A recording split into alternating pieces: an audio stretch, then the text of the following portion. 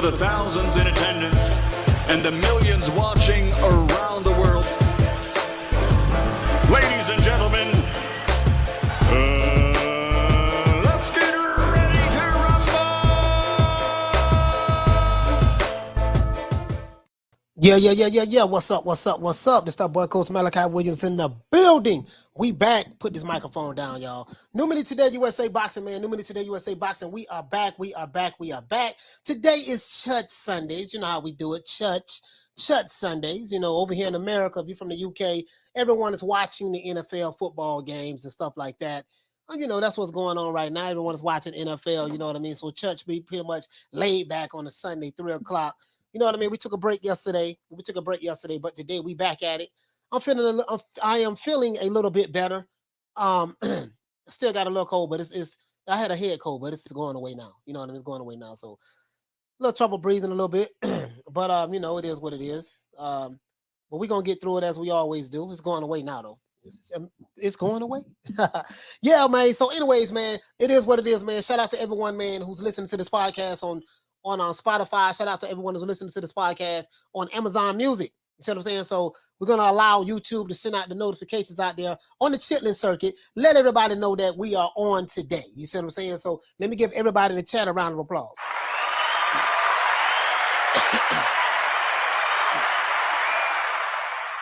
Everybody in the chat a round of applause, man. Today we're going to have a damn good show. Also, we're going to have Rick Glazer come on tomorrow. Rick Glazer is the international agent, international booking agent in the sport of boxing, as well as what else his title is.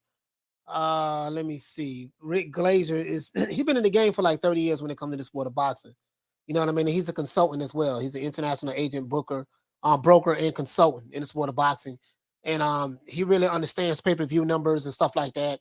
We're going to ask him a lot of questions as it relates to not only just the sport of boxing, but how are the pay-per-view numbers for any boxer tabulated? How long does it take? You know what I mean? You know, just a whole bunch of different things as it relate to the pay-per-view model, the sport of boxing today. Who are the real, you know, who's a real star? What's the cash cow? Stuff like that. You know what I mean? So we're going to be doing that as well. He will be on tomorrow. And he's going to rock with us for like an hour. The interview is going to be for like an hour. So you're not going to want to miss that. It's going to be epic. And you know how much I talk. I'm going to ask questions and I'm going to let him do all the talking as well. You see what I'm saying? Because we need to get to the bottom of some of these things. You know what I mean? Because a lot of smoke and mirrors going on. You know what I mean? And I like to get behind the smoke and the mirrors to find out exactly what the lick is. You see what I'm saying? So I want to deliver the message directly to the people. You see what I'm saying? That's how we do it. So other than that, that's it. Let's go ahead and we're going to address everything boxing. All of the fights yesterday, from Beterbiev to Browne to Del Boy. Del Boy fought yesterday. Him and Joseph Parker. So what's the sister name? Senisia fought last night as well. Of course, we know Jake Paul and Tyrone Woodley. That's I don't even want to talk about that because that wasn't a real boxing match. But the fact of the matter is, this guy's fighting on Showtime. Jake Paul has a contract with Showtime, and I think out of all of the fighters that Showtime has signed right now in boxing, Jake Paul is no one sells more pay-per-views than him, right? So it is what it is. So they made a commitment to this kid, and he's getting his money, man. I ain't mad at him. Shout out to now, of course, he's not getting in the ring with no Canelo or nothing like that, but we know that shit ain't gonna happen. Shout out to Ricky Torres. Hey, okay. For dropping that $2. Bam, super chat on your boy. Hey, Leroy. Super chat received. Playtime's over, boy. He said maybe Leonard versus Eddie to make pay-per-view sales. To make for pay-per-view sales. Hey, you know what? Hey, Ricky. Hey, you know what? Boy, I don't know, boy. I think I might buy that pay-per-view. I'll buy Leonard Ellerby versus Eddie Hearn pay-per-view. I'll buy that. I promise you I'll buy that. I promise you, bro. Hey, Rick, I will buy that pay-per-view. Hands down. I'll probably be one of the first people to buy.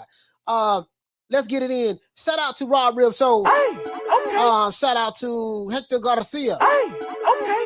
Shout out to Eric Gomez. He said Bomb Squad. That's right. Eric Gomez, what's going on, fam? Hold on. Is that a picture of Bossa Ego? Picture of Bossa Ego? Is that Ego? To this day. Yeah. Hold on. Hey, man.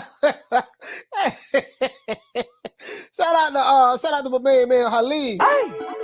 Shout out to my brother Charlo in the building. Shout out to Will Sargentson. Will, what's going on, fam? Shout out to Here to There. What the link reads? James Brown in the building from the UK. Shout out to my main man Ghost in the building. Shout out to the Queen Bless 365. If you're new to the channel, please subscribe, hit the like button. If you're new to the channel, please subscribe, hit the like button. Let's see. Shout out to Jams in the building. Shout out to Thomas Jones. Man, Thomas Chalmers, what's going on, fam? Shout out to Andy C. Shout out to DC Nardo. Shout out to Ghetto Love in the building. Let's see. Shout out to Ahmed. What's going on, fam? Rome in the house. Steven 47, man. Shout out to the Queen Lil Green Eyes P in the building, church. Shout out to let's see who else we have in the building, man. AB Sounds, what's going on, bro? Shout out to let's see, James, what's going on, my brother? Shout out to James Hickey, what's going on, fam? He say takes a good week of recovery, coach. Bless, brother. Oh no, I'm good. Listen. Yeah, I get over this. I had a head cold, like my sinuses was congested, but I have an appetite like crazy, man. So I'm good though. I'm not 100%, but I'm a lot better than I was Friday and yesterday. Shout out to 702 Man Cave. Let's see. Shout out to George H. Shout out to the J3 Pop. Shout out to who else we have in the building? Charles Stevenson. Charles Stevenson. Sorry about that. Shout out to let's see, Thomas Jones. What's going on, fam? Shout out to I think we got everybody. Shout out to Mr. Wu. Shout out to D Nice. They call me D Nice. You know, that's an old school rapper back there with BDP, man. D Nice. Shout out to the Thomas Cruz. Shout out to James Hickey, man. The stickiest of the icky. Shout out to Roberto Flack. What's going on, fam? He said, I'll buy it too. Oh, yeah, absolutely. Listen, Leonard versus Eddie Hearn. Shh, man. Hey, bro, I don't know, boy. I'm gonna have to put my money on Eddie Hearn on this one here, bro. I don't know, boy. Eddie tall, Eddie like 6'6", got them long arms. I don't know, man. I think I'm gonna have to put my money on Eddie on this one, man. And he's younger. I have to put my money on Eddie. Shout out to let's see. Shout out to shout out to Roberto Flack. Shout out to Charles Stevens. Dropping that $2. Bam, super chat on your boy. Hey, Leroy. Super chat received. Playtime's over, boy. He says, so he says, he said, do Cat Daddy smoke that sticky icky? Yeah, Cat Daddy smoke that sticky icky. Yeah, for sure. Yeah, for sure. Absolutely. Hold on, guys.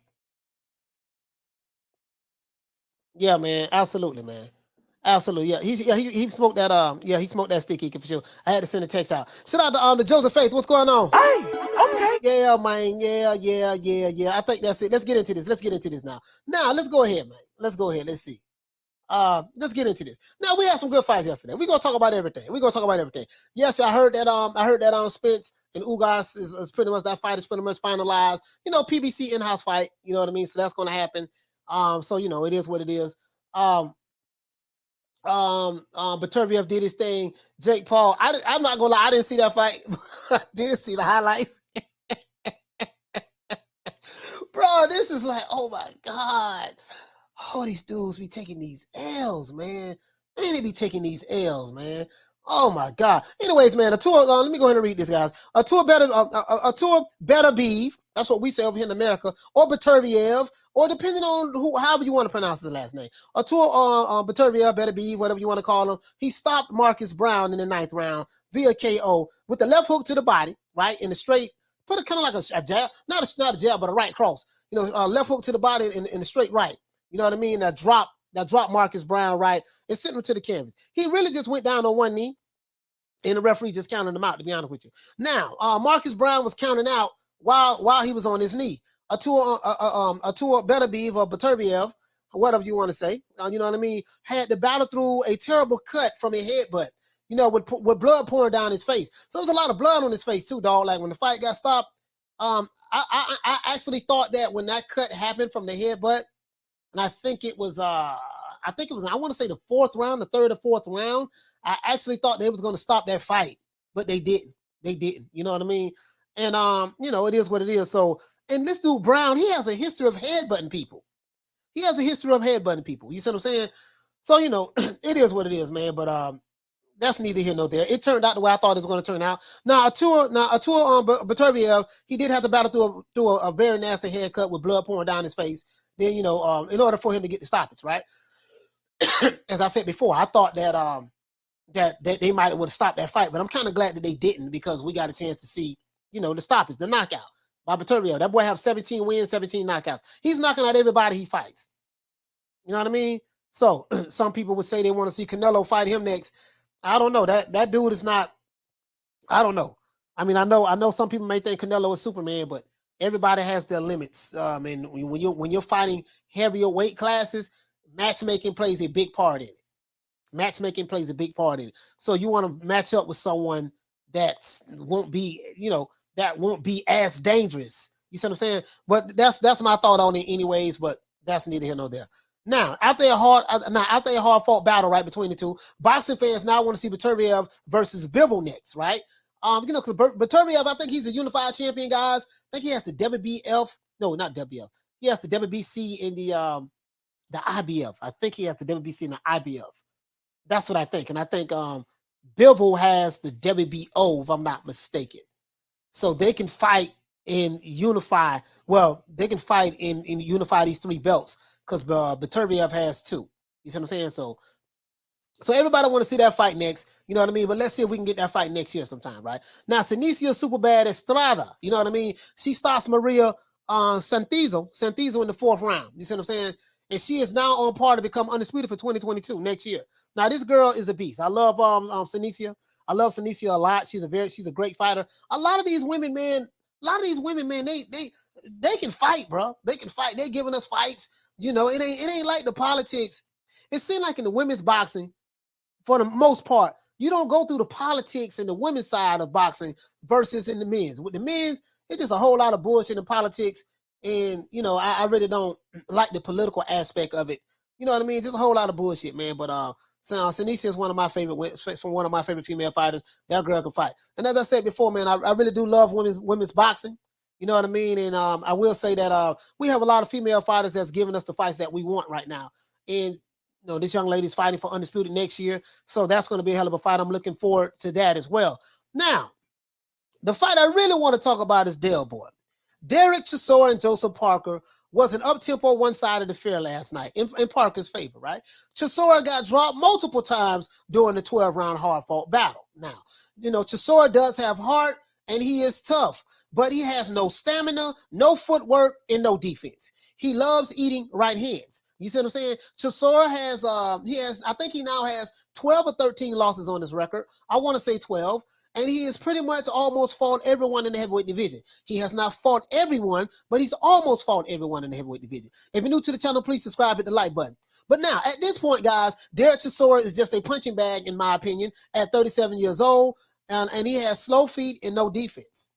He's just a punching bag. Like, what's the point? You see what I'm saying at this point? What's the point at this point? And me personally, I think Derek Chisora should just retire and give it up. There's no need to continue. You have millions of dollars. Now, Derek Chisora is still able to pack a house. And what's amazing to me is, and this is what I love about the UK, Derek Chisora, because he put on really good, entertaining fights, irregardless of how many losses he has, the brothers, the people in the UK, they come out and they support. I think that arena he fought in was sold out last night. This man had 11 losses prior to last night, and the arena was sold out. Derek Chisora sold out that arena. Him and you know, so I'm just saying, even with 12 losses over here in America, hell, you know, if a fighter don't have any losses, they don't really support it because no fighter in America sells more tickets than Canelo Alvarez. None, not one. It's not even close, right? And but when you know the way they try to market boxing over here, you know, if you lose your your career's downhill from there, it's not like that in the UK. And that's what I love about boxing. Boxing is a global sport. That's what I love about it. You see what I'm saying? Now, Canelo Alvarez, I gotta address this now because Michael Benson, Canelo Alvarez have been hearing a lot from his detractors, and he responded to some things that a lot of his detractors are saying about he's not fighting no one, cherry picking this and that, yada yada yada. I'm gonna show it to you. I have the receipt on that, right? Canelo took the time out to address his haters. You know what I mean? About how he's ducking David Benavidez and Jamal Charlo. Canelo, they say he's ducking David Benavidez and Jamal Charlo, right? Now, this is Canelo's reply. Canelo says, and I quote, I beat the best at 168 pounds and became undisputed. Then the hater says he's scared of this guy. He's scared of that guy. Canelo said, I don't avoid anybody. You know what I mean?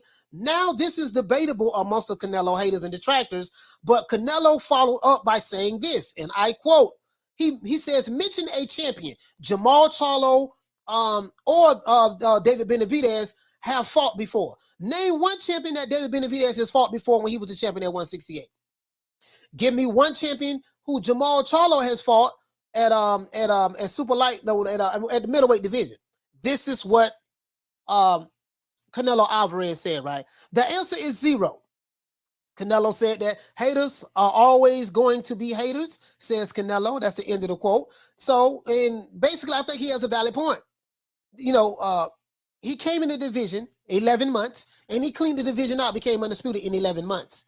You have other champions that was at the super light middleweight, the super the middleweight division. None of the champions decided to fight each other. No one wanted to unify, become undisputed. None of that. Whether it was Caleb Plant, Billy Joe Saunders, Callum Smith, or whoever. Canelo decided to do that, right? So I get what his detractors are saying, but you know, the counter argument to that is, okay, well, the other guys wasn't doing none of that. They didn't do anything. And then we don't even want to talk about Jamal Charlo. Jamal Charlo, he hasn't fought he's been champion for 2 years, going on 3 years, and he hasn't fought a champion in the middleweight division yet, not one. He's fought 0 champions. So other than that, that's it, man. So I want to ask you guys a question. Does Canelo have a point? Does he have a point in the fact that, hey, listen, he beat everybody in 168 pounds. His haters is just hating, and the guys who he says who the naysayers say that he's ducking, they haven't done anything or fought anybody. Does he have a point? Yes or no? And should Derek Chisora retire?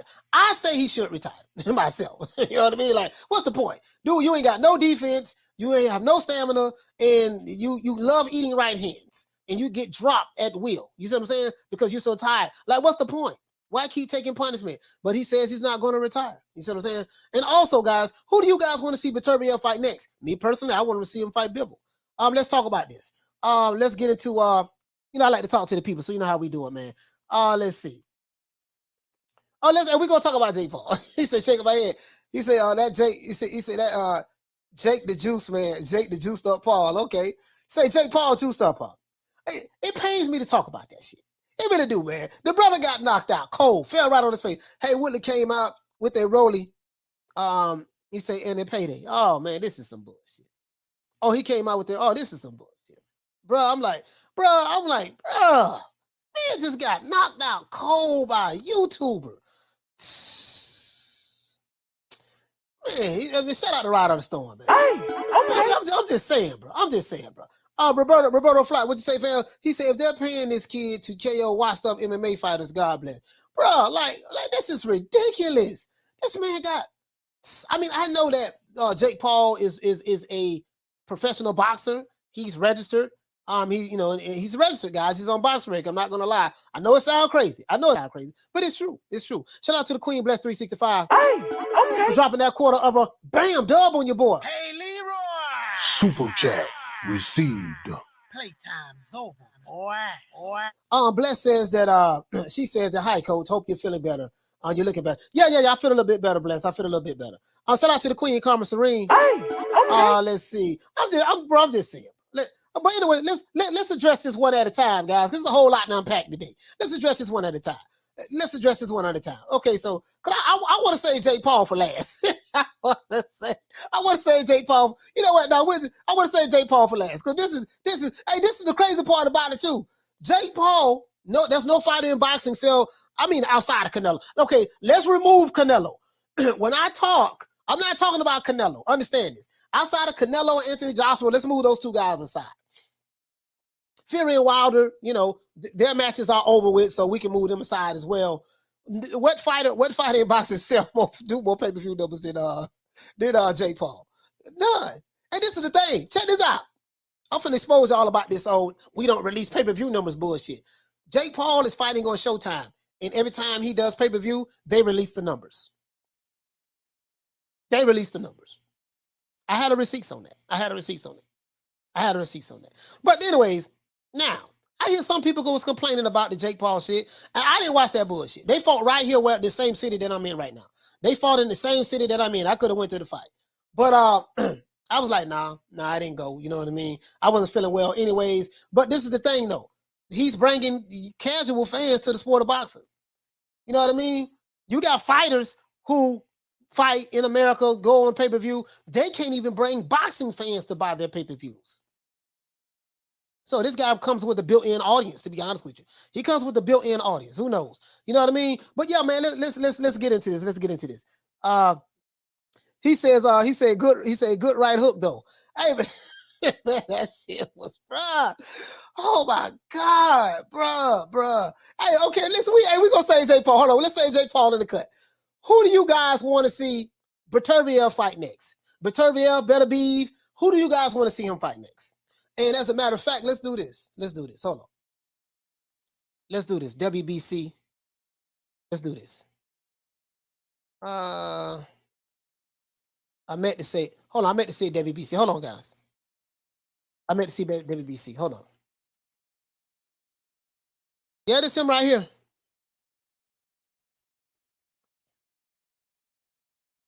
But that was a nasty cut on his forehead too. Headbutt, man. We gonna call him. We're gonna call him headbutt. We're gonna call him Headbutt King. Hold on, guys. Let me share this with you. Hey, guys, we're gonna have Rick Glazer coming on tomorrow. Rick Glazer will be on tomorrow, guys. Rick Glazer will be on tomorrow. We're gonna address this Rick Glazer Leonard Ellaby beef as well, because you know him and Leonard Ellaby beefing. So we're gonna address that. All right, this him right here. He is the WBC and the IBF champion, as I thought. WBC and IBF champion. Light heavy.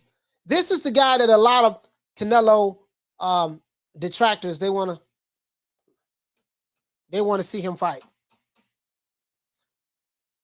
They want to see him fight Beterbiev, right?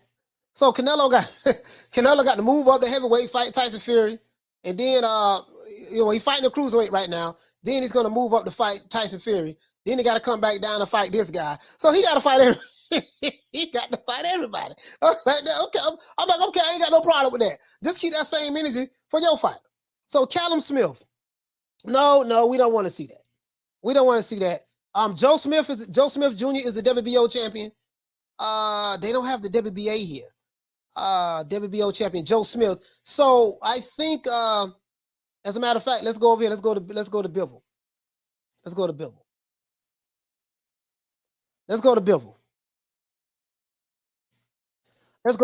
I think, hold on, guys. Let me get the gear right.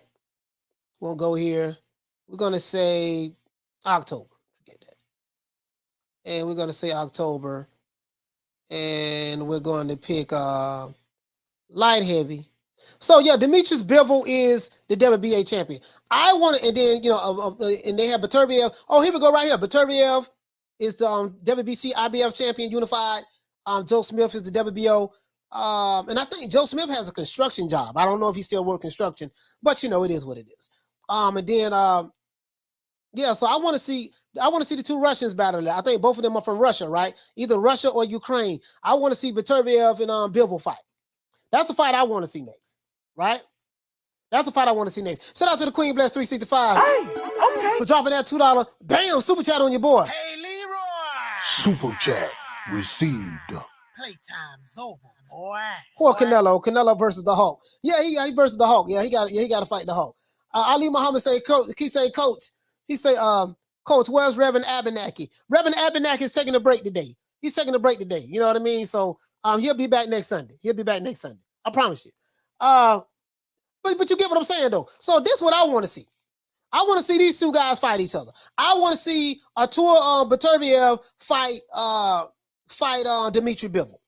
Both of these guys are from Russia. This is what I want to see, right? We don't need Canelo. We don't need Canelo going down to light. He's fighting that cruiserweight. Then he got to go down to light heavyweight, fight Artur Beterbiev. Then when he fight him, he got to fight Dmitry Bivol. Then when he finished fighting him, he got to move up to heavyweight to fight Tyson Fury or Anthony Joshua or Alexander Usyk. So, this one guy, Canelo, he got to fight all these other people. And that's fine. I ain't got no problem with that. If you want him to fight heavyweights and cruiserweights and and light heavyweight stuff, no problem. We ain't got no problem with that. But just keep that same energy with your fighter. Keep that same energy with your fighter. That's all I'm saying. Just keep the same energy with your fighter. That's all I'm saying. You know, let's keep that same energy with all the fighters then.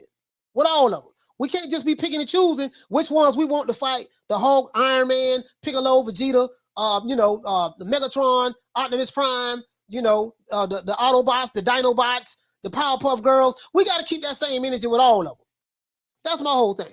Keep the same energy with all of them. So, and I noticed that, they don't do that over there. So this is what I want to see. I want to see Beterbiev fight Dimitri Bivol next. Anything other than this fight next is unacceptable, unless he's fighting Joe Smith Jr.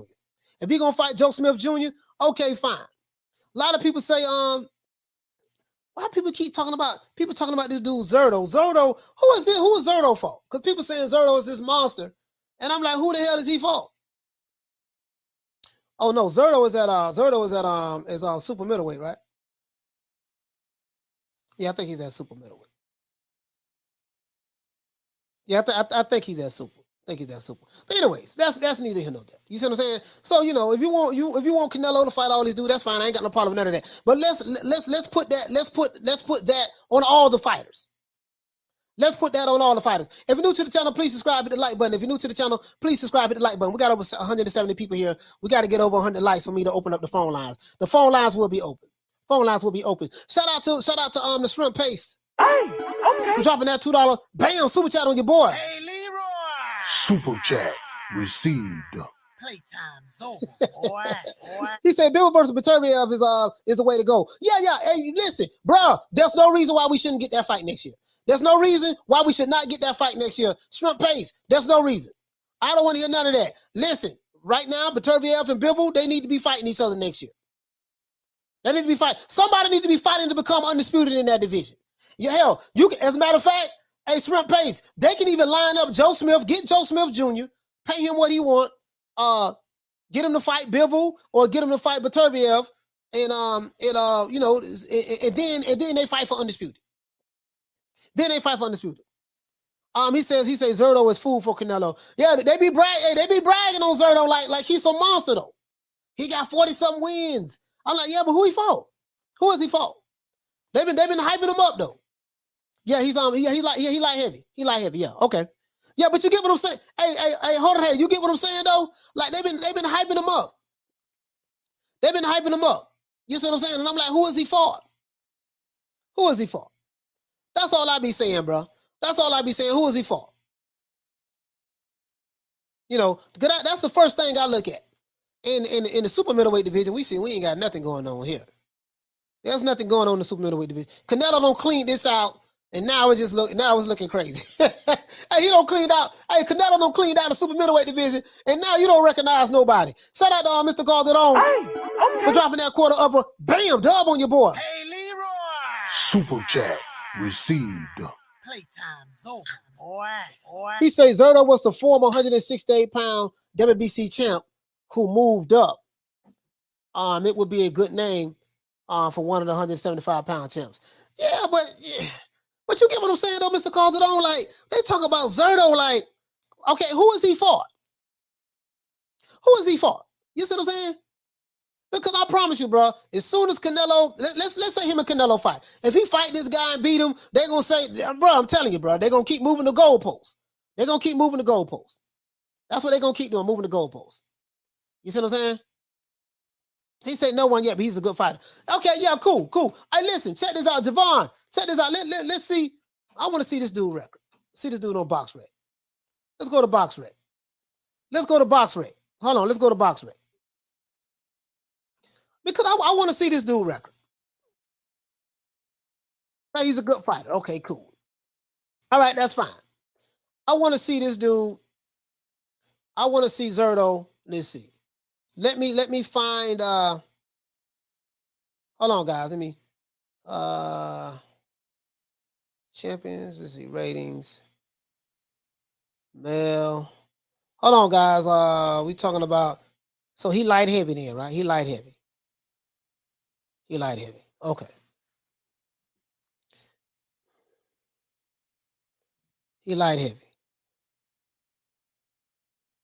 Let me see. Beterbiev. I don't let me do this. Hold on. Let me do this. Let me do this.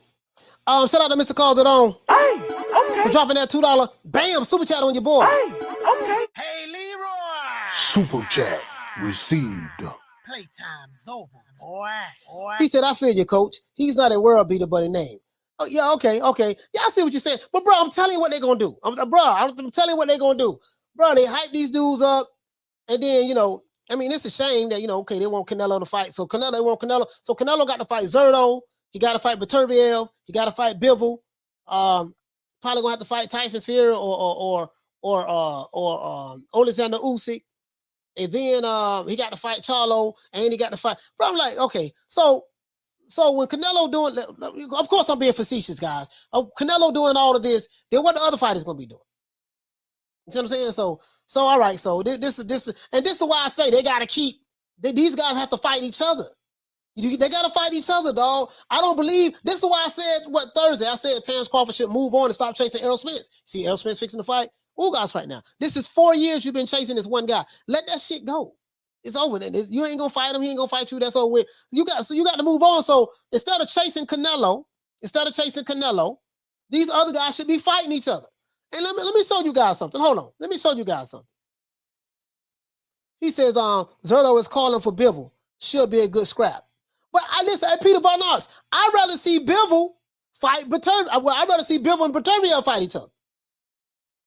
I'd rather see that. Now, I wouldn't mind seeing Bivol and Zerto fight each other, but I'm just saying I wouldn't mind seeing you know what I mean? Let the two Russians fight it out. Both of them good.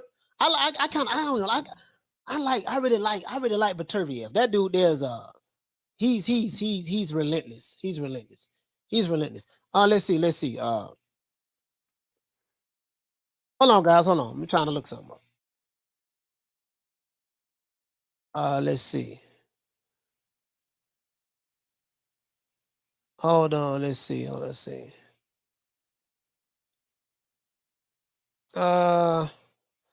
I'm trying to. Hold on, guys. I'm trying to look through BoxRec. Hey, what's Zerto first name, guys? Let's see, can I pull him up? What's Zerto first name, guys? Let's see. Javon says, crazy thing is not one of them would beat Canelo. They just want him to lose so bad. Man, I don't know, man. Pound for pound, what you say, fam? You say Beterbiev, Bivol, Charlo, Benavidez, Usyk, Tyson Fury, Andre. Yeah, he got to fight all of them. And everybody else got to sit around and wait. And then once they keep moving the goalposts. That's what I'm saying. They keep moving the goalposts. He says Zerto fought yesterday for the title eliminated yesterday, and he beat the Cuban. So Bivol has to fight him. Okay, cool. That's fine. I don't have no problem. I don't have no problem with him fighting Bivol. If that's the case, let Zerto fight Bivol, and we'll see what happens. I ain't got no problem with that, my brother. Let's see what happens. But I do want to see other people do what Canelo did at super lightweight. I mean, at super middleweight. Fight to become undisputed. Let all the champions fight it out and see who come out on top. Let all the champions fight it out and see who come out on top. You see what I'm saying? I would love to see undisputed as well. I would love to see that. Because let's see. Joe. Let's see. What's his name? Joe. Joe Smith. Joe Smith has a WBO, guys. I think he has a WBO. He says, why not Bivol versus Caleb Plant? No. There's no Bivol versus Caleb Plant. No. Caleb Plant does not have to fight these tough fights. No Bivol versus Caleb Plant. We need Caleb Plant to sit down and chill and let Canelo fight all the guys. And then after that, hold on, guys.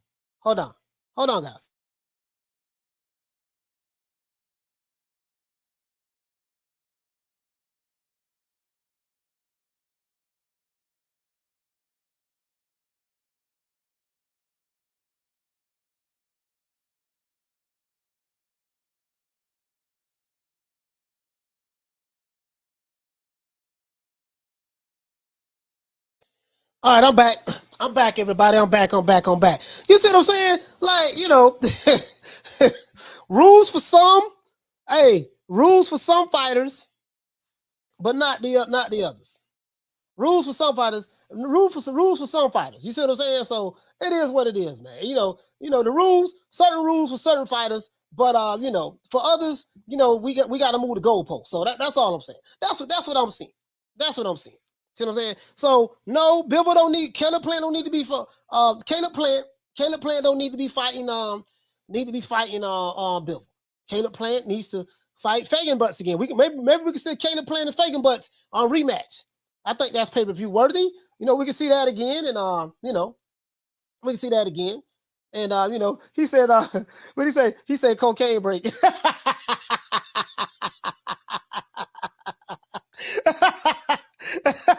he said a cocaine break. Cocaine is a hell of a drug.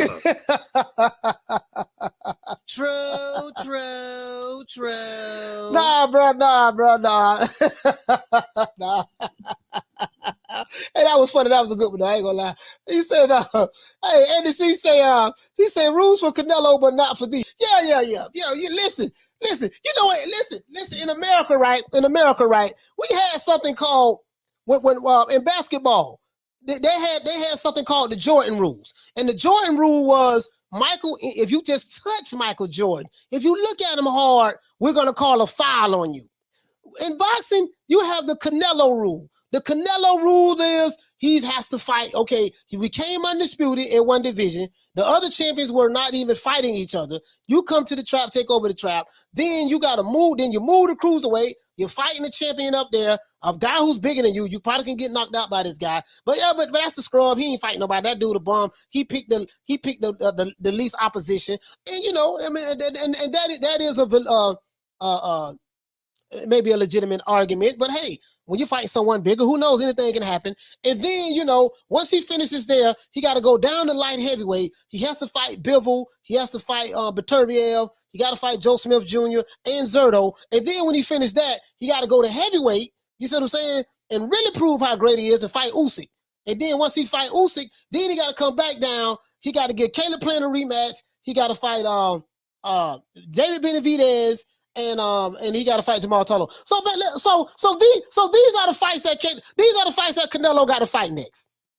Okay, he's fighting Macabo, right? He's fighting Macabo right now. He's fighting Macabo. I'm putting it down right here, guys. If Canelo wants to impress me, he's going to have to fight these guys. He's fighting Macabo, whatever his name is, right? He's fighting Macabo. He's fighting Macabo. Then he's going to have to fight Beterbiev. He's going to have to fight Beterbiev. Then he's going to have to fight Bivol. Right? Then after Bivol, he's going to have to fight, hell, fuck it. Let him move up to heavyweight and fight Alexander Usyk. He's going to have to fight Usyk, right?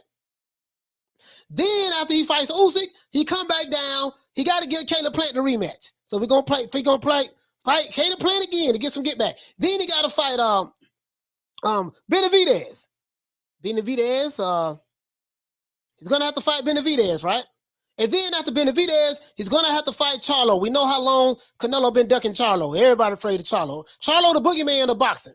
He's going to have to fight Charlo. So Canelo next, 1, 2, 3, 4, 5, 6. Canelo next 7 fights is going to have to be between Macabo, who's fighting him next, allegedly, Beterbiev, Bivol, Usyk, Plant, Benavidez, and Charlo. That's his next fights. Now, if you don't ask me who Charlo should be fighting next, don't ask me who Benavidez should be fighting next, or Plant. They don't have to fight anybody. They're just gonna sit back and chill. Canelo's gonna have to do the fighting, and then once he finishes with the top other guys, then they just gonna sit around and wait on him until he come back down. That's what it seemed like to me. If you're new to the channel, please subscribe, hit the like button. If you're new to the channel, please subscribe, hit the like button. We got over 200 people watching this show, and we got less than 100 likes. I want to open up the phone lines. So that's what it seemed like to me. That's what it seemed like to me. You know what I mean? That would have seemed like to me. You know what I mean? So the other guys ain't got to do no fighting. Just let Canelo do all the fighting. And no, fuck it. As a matter of fact, we just gonna stop boxing in general. I don't want to see no more Derek Chisora fights, no more Joseph Parker. I don't want to see any more Anthony Joshua or Usyk fights or Tyson Fury fights. We just gonna suspend boxing in general, and Canelo's gonna have to fight everybody. How about that? Right? He's gonna have to fight everybody, and then eventually maybe everything will be fine. You see what I'm saying? So 2022, no more fight, no more boxing. We just gonna need him to fight everybody. Matter of fact, Canelo ducking Tyson Fury too. He ducking to damn. Now what happened to my camera? Hold on, guys. Trying to straighten the camera out. All right, so we got that. We got that right. So we already know what time it is with that. You see what I'm saying? Now, we got that figured out. If you're new to the channel, please subscribe, hit the like button. If you're new to the channel, please subscribe, hit the like button. And that's fine. Now, David Benavidez, as a matter of fact, let's do this. Let's do this. Hold on. I want to show you guys something. I want to show you guys something. I want to show you guys something. Hold on. Where is it at? Where is it at? Where is it at? Hold on. Hold on. Where is it at? Right here. Oh, let me see. Michael Benson. Let's look up Michael Benson. But I want you guys to see it because it's one thing me telling you guys what he said, but me showing it to you is two different things.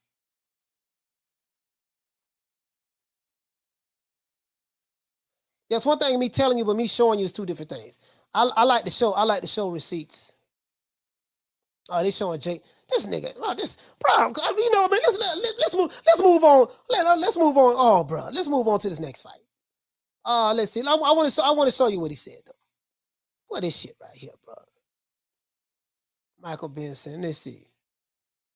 Derek Chisora. Ain't nobody in the heavyweight division fought more tough people than Derek Chisora. Then Derek Chisora fought everybody. See, I ain't lying. I'm telling you right here. Here it go right here. Y'all think I'm lying. Y'all think I'm lying. Here it go right here. This on Twitter. They already putting posters together. Canelo versus Artur Beterbiev would be some fight in 2022. Look at that. This Michael Benson on Twitter, right? This Michael Benson on Twitter. Already. Here you go. Here you go. Oh. Hey, so y'all think I be making shit up. Y'all think I be making stuff up, right? Here you go right here, bro. Already. They making posters already. They're making posters already. And you got the people over here. The dude here say already taking. He say already talking of a catch weight and the rehydration clause, right? It's a shift fight. He say it's a shit fight if they do it if they do it that way. Beterbiev stops the steroid chunky inside 4 rounds. Canelo Alvarez not a great fighter without steroids in my book. Hey, so here. Boy, they over here, boy. They show a bird, man. Triple G and Beterbiev are greater than Canelo. Okay, all right. There you go. All right, here you go. Let's see. Middleweight versus cruiserweight. If they fought in their natural weight classes. Okay, all right. You see what I'm saying? So I'm just saying, you know, they already got the posters up already. So. Hey, I'm just saying though. I noticed they don't have these, like they don't have a picture of Jamal Charlo versus Zerdu, or Jamal versus, you know what I mean? This dude got to fight everybody, man. They what they say on steroids? How they call him Canelo? Okay, all right, here's what it is, man. Oh man. Okay. I'm just saying. I mean, I get it. I understand. I get it. I really do. I get it. I understand. I truly do understand. I get it. You know what I mean? I get it, guys. If you're new to the channel, please subscribe to the like button, man. I want to open up the phone lines, man. I want to open up the phone lines so everybody can so we can let the people come in and talk. Hey, here you go. Now here comes Dale Boy. Dale Boy, man. Guys want to sell boxes by themselves, so fuck that. So they got put me on the fucking show. Okay. Listen, Dale Boy. I like Dale Boy. I'm not gonna. I like Derek Chisora, guys. I really do. But let's be honest. The man is a punching bag at this point. He's a fighter. He's not a boxer. Dale Boy likes to get punched in the face a lot. I think that's obvious at this point. Dale Boy, he has no stamina. I think that's obvious at this point. But the crazy part about it is this. Like I say, you brothers and sisters in the UK, You guys are totally different than American boxing fans. This guy, Derek Chisora, has 12 losses. Yet this arena was packed. I don't know how many people this venue held, but this arena was sold out. This guy that has 12 losses is able to sell out an event. You have American fighters over here who can't sell out a hot dog stand. Literally, they can't sell out a hot dog stand. Now you got some fighters who can sell out venues. I'm talking about a sellout means there's not a seat left available for anyone to sit down in. And this guy has 12 losses. He's selling out damn arenas. What is the arena? What is the arena? He said 21,000, coach. 21 goddamn thousand. Somebody explain to me how in the hell Derek Chisora is able to sell 21,000 tickets in an arena. This is his 12th loss.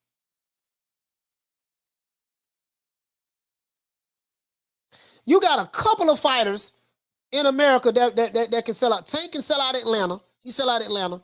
The last fight wasn't a sellout. It held 20,000 seats. They only sold 15,000 tickets. But Tank can sell out Atlanta. Crawford can sell out Omaha, Nebraska, and he sold out his pay-per-view event with Sean Porter. That sold out. That venue sold out. Let's see, what other fighters in America that could sell out? I don't want to count Canelo. Canelo's not even from America. He's not even from America, but we know he sell out. What other fighters? I mean, they sell out in the arena. They sell out in the arena. I think of Errol Spence. Spence can sell out in an arena, not a football stadium, but an arena. I think Spence can sell out in an arena as well. He have all of his fights in Dallas. So, he don't sell out the football stadium. Canelo did that. Canelo sold out that football stadium. He did that. Canelo had 73,000 plus.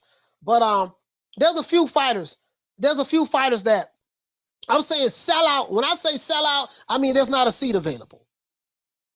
There's not a seat available. You see what I'm saying? So that's what I mean. But this dude right here, man, listen, this is who this guy's fault. This is who they saying he's fault. This is who Del Boy fought. Del Boy fought Tyson Fury twice. Robert Helenius, Vitaly Klitschko, David Haye. He fought Pulev. He fought Dillian White twice. He fought Carlos Takam. He fought David Price. He fought Alexander Usyk. Man, who fought? Listen, bro. Tell me who in the heavyweight division got a better resume than Derek Chisora. I'm waiting. Tell me in the heavyweight division which fighter has fought more top guys than Derek Chisora. Now, of course, he's lost to them, but that's neither here nor there. He lost to the top, most of the top guys, but that's neither here nor there. Tell me what guy. This guy fought every goddamn body. He fought Moses. He fought Jesus. He fought Godzilla. He fought Geberock. He fought Piccolo. He fought Vegeta, Frieza, fought Optimus Prime, Megatron, the Dinobots, the Decepticons, the Autobots. He fought the Powerpuff Girls. He fought Voltron. You see what I'm saying? He fought he fought the Teenage Mutant Ninja Turtles. You know what I mean? He fought who else he fought? Who else? He fought Mothra. He fought, you see what I'm saying? Bro, this man, King Kong, this man don't fought every goddamn body. This man don't fought everybody. 37 years old, listen, 37 years old, still selling out arenas with 12 losses. Somebody make that make sense to me. I can promise you there's not a fighter in America. And this is listen, Derek Chisora. No, Derek Chisora. Black man. There's not a black fighter in America or a white fighter to be that or white fighter. You know what I mean? Or probably any goddamn fighter, Mexican or whatever the case may be. This guy has 12 goddamn losses. He's selling out arenas. 21,000 for what the brother said in the chat. Tell me what fighter has fought. Listen, forget that. Forget the selling out part. Name me one heavyweight in the heavyweight division. Name me one heavyweight. Yeah, listen. Name who your favorite heavyweight fighter is. Name him, and I bet you he ain't fought. He ain't got a resume like Derek Chisora.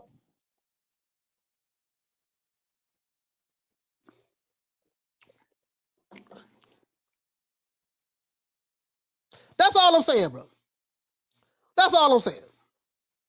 Debo says, he said Chisora, has a good resume, but loses all of them at this point. He's just doing it for the money. Hey, but guess what though? Hey, Debo, you're right about that. He loses all of them now. I will give you that. But Debo, check this out. Explain to me how is he still able to sell out arenas? 12 losses, Debo. Debo, hey, tuck your chain too. Tuck your chain. Hey, Debo, tuck your chain when you see me coming. But anyways, but you get what I'm saying though. Hey, if you're new to the channel, please subscribe to the like button. We got over 200 people watching, and we have less than 100 likes. And I want to open up the phone lines so everyone can call in. So, but you feel me though? Listen, he has 12 losses. Why are people in England so crazy about Chisora? Listen, in America, boxing fans are very fickle in America. They are very fickle in America, right? Boxing fans in America, we with you when you win it. When you start losing, we kick it to the curb. That's how we do it in America. We kick it to the curb. When you're winning, we love you to death. When you're losing, the hell with you. This man got 12 losses, dog. And this man sold out an arena last night. So explain that to me. Hey, listen, in the Floyd Mayweather era, where you can't have no old, well, I think that's a part of the boxing era, this culture right here in America. But I'm just saying though. James Brown says, coach, it's more of an English thing. We will come out to the arenas for a night out, etc., but won't do pay-per-view. I think in America, it's the other way around. Hell, in America, it ain't even the other way around. They don't buy pay-per-view in America. They don't buy pay-per-view over here in America. Shit. You look at these numbers that these fighters are doing, you know, bro, they don't do pay-per-view in America. So, you know, it is what it is. I mean, American fight fans, they'll come out to see a fighter, but it's very few fighters selling out arenas. It ain't but one fighter that's selling out a football stadium, and that's Canelo Alvarez over here in America. See what I'm saying? You know, so man got 12 losses. I say he need to retire though. I know y'all love Dale Boy, but what's the point? The man don't fault everybody. He don't fault everybody, right? I think the only he hasn't fought Anthony Johnson. He hasn't fought Anthony Johnson. That's the only. He hasn't fought Anthony Johnson and Tyson Fury and Deontay Wilder. Them the only two guys he hasn't fought. He hasn't fought Anthony Johnson and Deontay Wilder. Them the only two he hasn't fought. You know, of course, yeah, he hasn't fought Andrew Ruiz and all that stuff there. But he ain't no top guy. We ain't talking about him. I ain't talking about Andrew Ruiz. I'm talking about this man don't fought damn near everybody. Literally. And he's still talking about fighting. For what?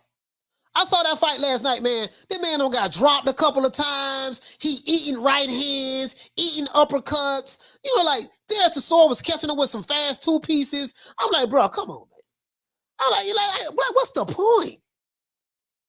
Like you're gonna end up like an RIP man to the great Muhammad Ali, man. You're gonna end up like that. You're gonna end up like James Toney, man, speaking slow, slurring it. Like for what? At this point, for what? You see what I'm saying? At this point, for what? Peter Varner, he said, Chisora has been my favorite Brit fighter for a long time. Man, the man fight every goddamn body. The man fought everybody.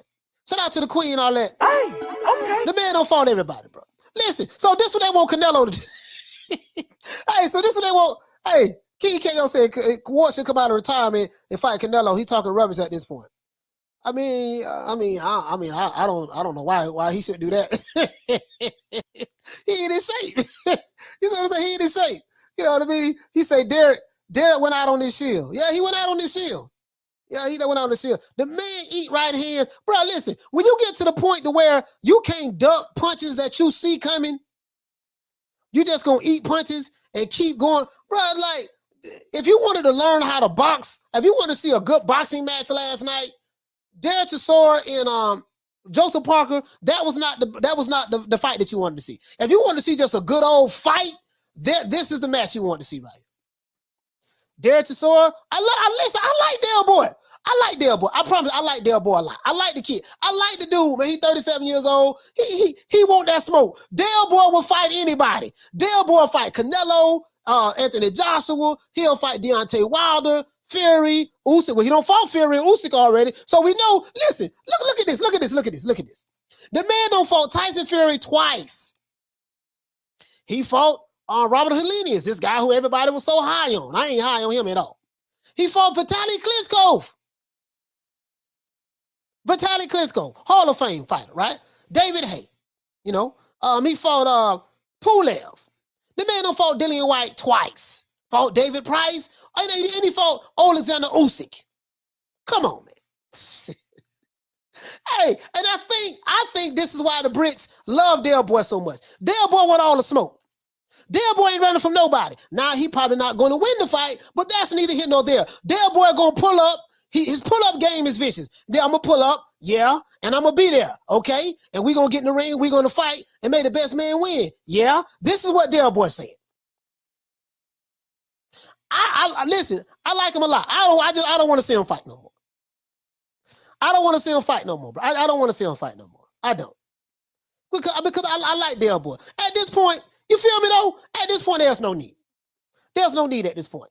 He says Riddick Bowe is another sad tale. Derek was eating burgers after it. Okay. He said Del Boy fought AJ. Nope, they haven't fought. They haven't fought.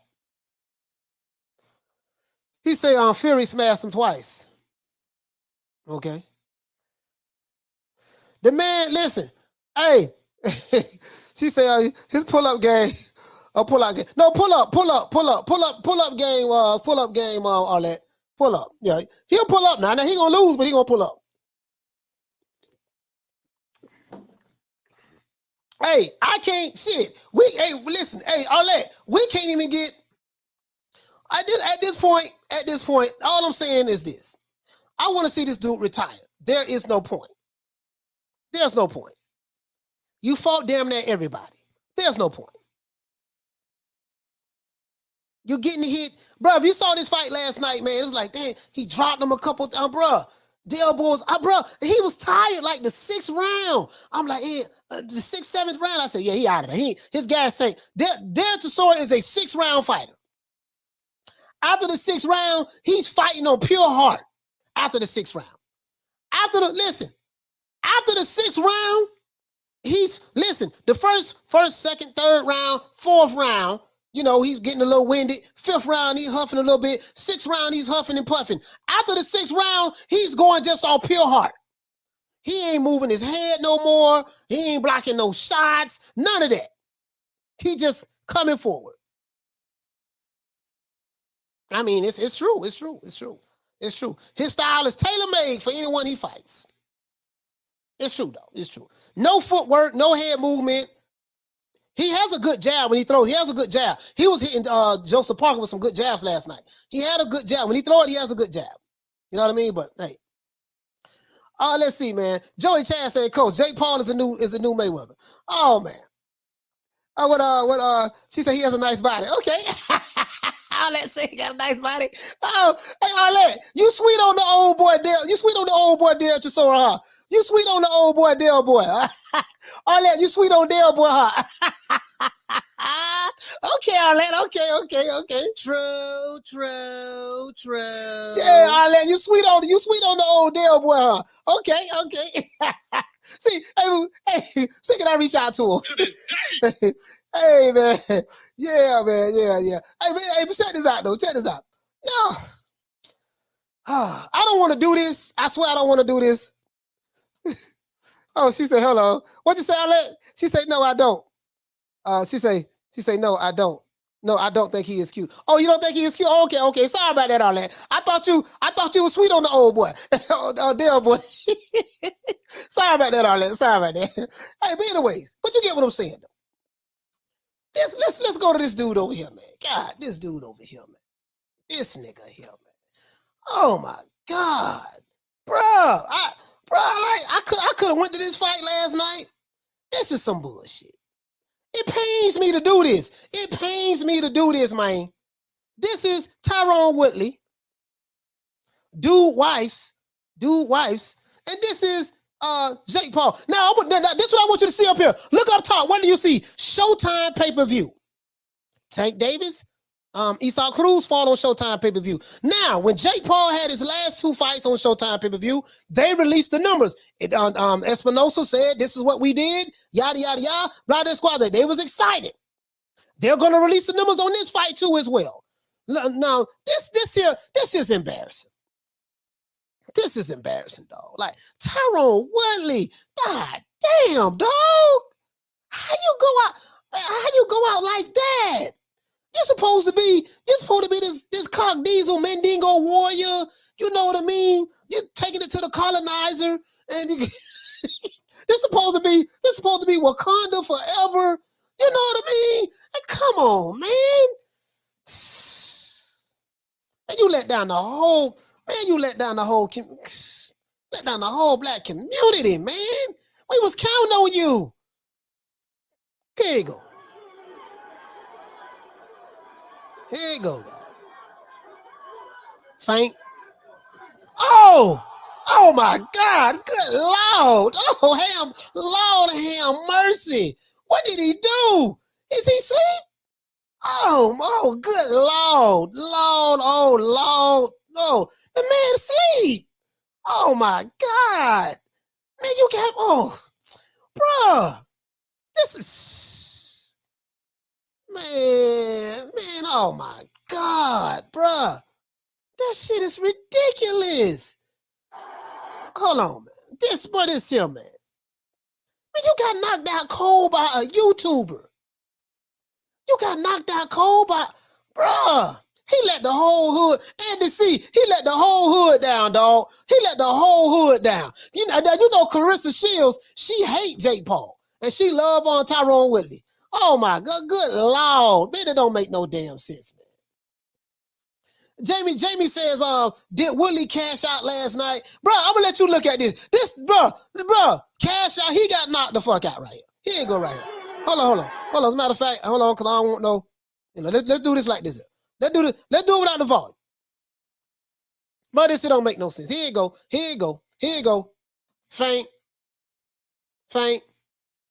Bop! Oh, no, bro. No, he could have broke his neck. See, oh my God. He was asleep.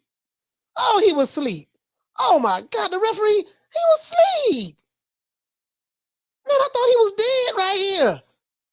Oh my God, bro, they gotta bring the ambulance in there. Here come the doctor.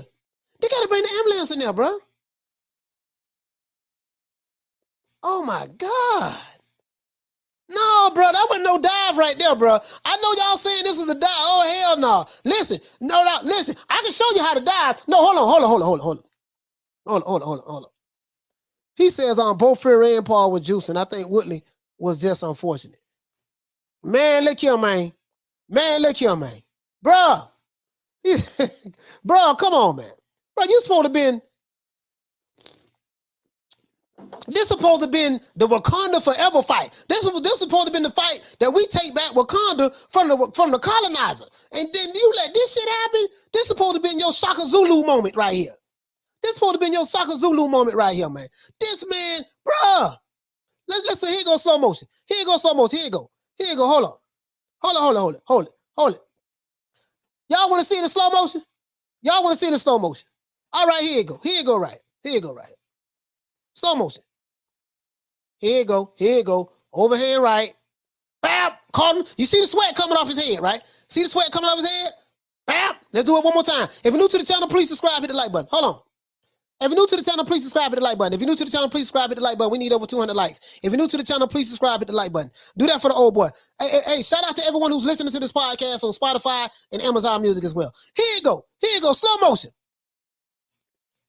Bap! Sweat coming off his head. Now, they say he took a dive, right? Now, let's do right here. The man's arms is limp. His legs are stiff. He fell face first. Does that look like a dive to you? Let's do the one more. Does this look like a dive to you? Anybody? Slow motion. Here you go. One more again. Now, I know a dive. I can show you Malik Scott versus Deontay Wilder. That's how you take a dive. This here wasn't no goddamn dive. Bap! And he's still.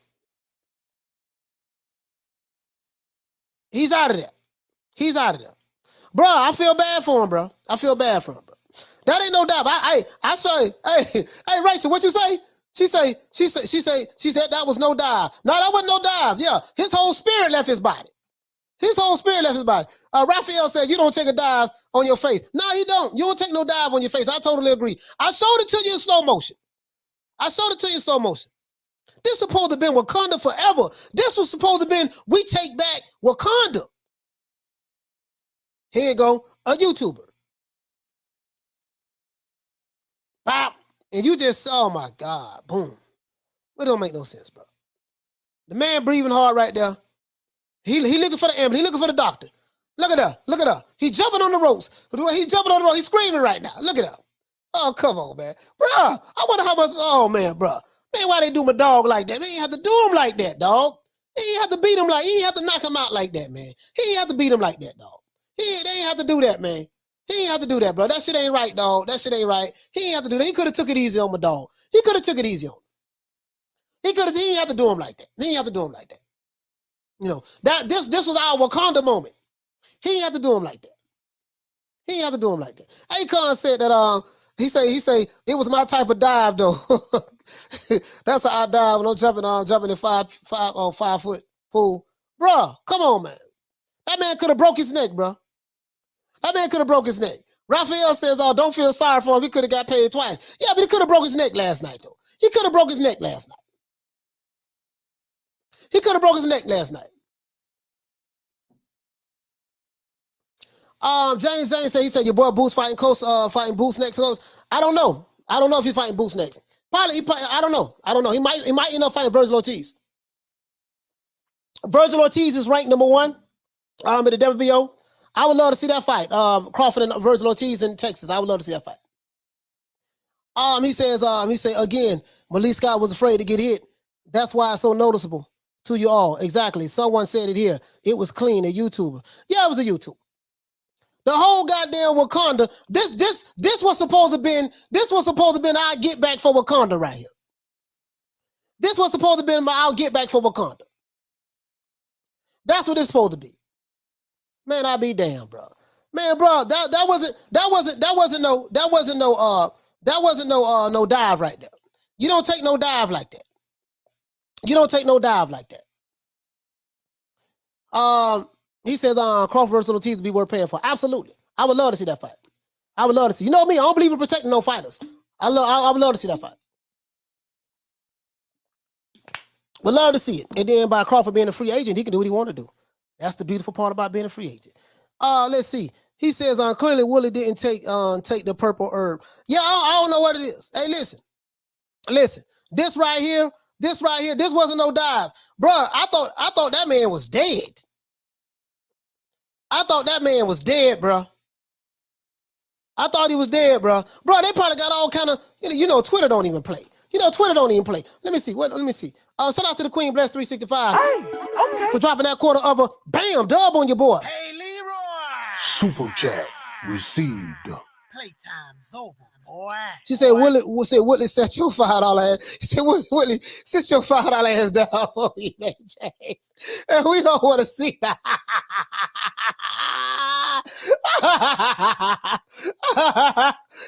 This is crazy. Hey, Bless. But this is ridiculous. Oh, my God. Man, this don't make no sense. Bruh. Oh, bro, they probably got all kind of memes about this dude right now, man. Bro, this shit here. Bro, this here, man. This Dale boy right here. Look at that. They making memes already about Tyrone Woodley. Look at that. This is so, boy, Twitter ain't bullshit, bro. Hey,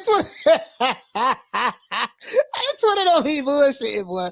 He said Woodley just needs to ride off into the sunset with his Jake Paul tattoo. Oh, he got a tattoo? Oh, my God. Bro, this don't make no sense, bro. Bro.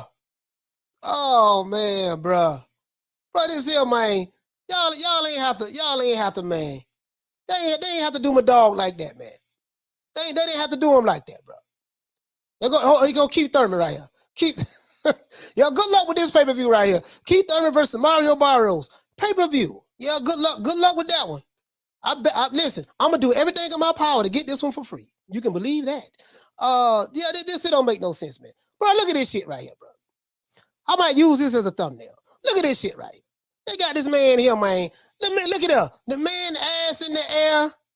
Face down. That wasn't no dive right there, bro. This ain't no dive.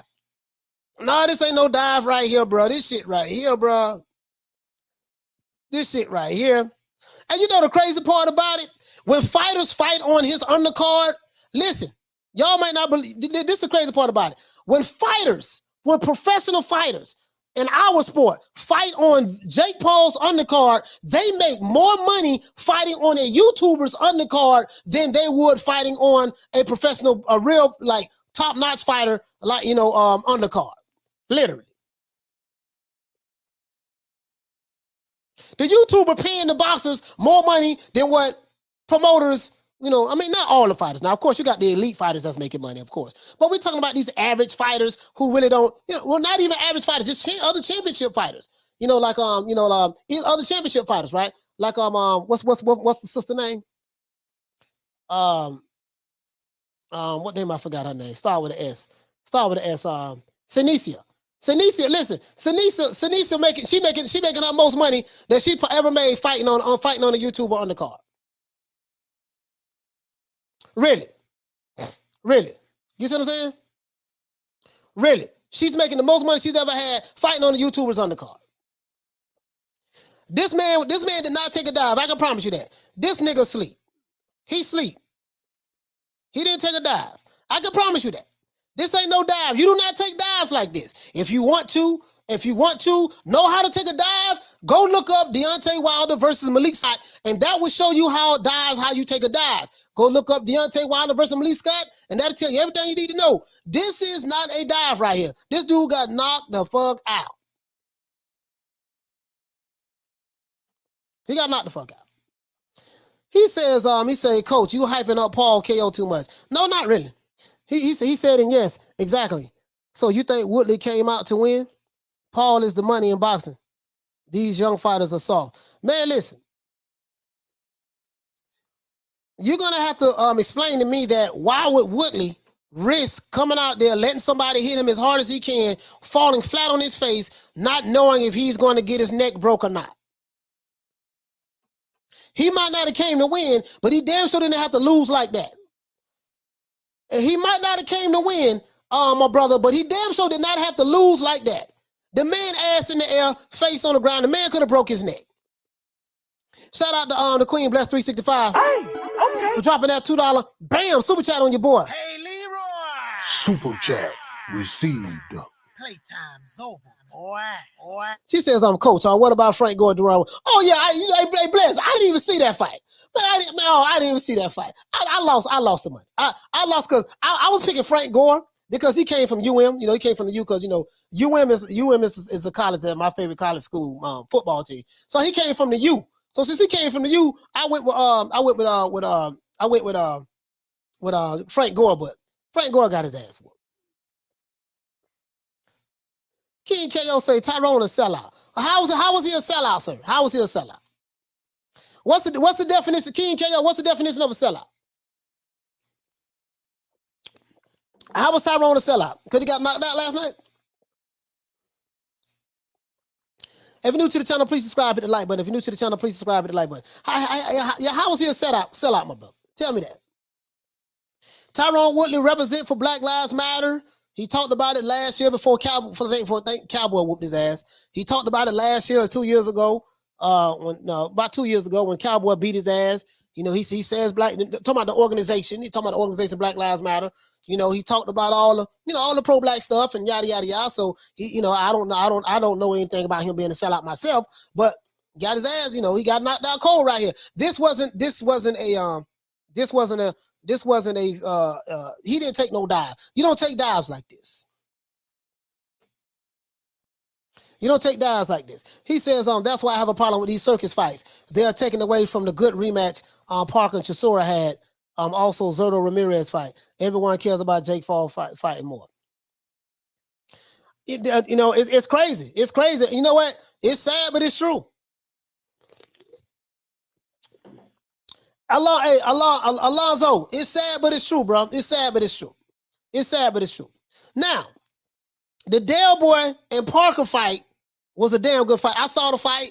I still think that me personally, even though Del Boy did say that he's going to continue to fight, he says he has a fight coming next summer. I don't know why he has a fight coming next summer, but he has a fight coming next summer. He's fighting next summer. You see what I'm saying? So it is what it is. So I don't know why. I don't know why he has a fight coming next summer. I mean, at this point, Derek Chisora is a punching bag at this point. Boxing Fan 101 said, this is the entertainment business. You hit the nail right on the head. Boxing Fan 101, you hit the nail right on the head. People like to be entertained. He like to be entertained. Bacon and Egg says, only stuntmen take dives like that. Little Green Eyes P said that was an Adrian moment. Adrian! Yeah. Shout out to Thomas Jones for dropping that $2. Bam! Super chat on your boy. Hey, Leroy. Super chat. Yeah, I want to open up these phone received. lines, as a matter of fact. Playtime's over, boy. I want to open up these phone lines. Let me set everything up right now. We got Rick Glazer coming on the show tomorrow, guys. We have Rick Glazer that will be on the show tomorrow. We're going to talk about pay-per-view. We're going to talk about pay-per-view numbers. Why companies release pay-per-view numbers? What does that mean? How do you tabulate them? And why, when they decide not to release them, why they don't release them? What does that mean?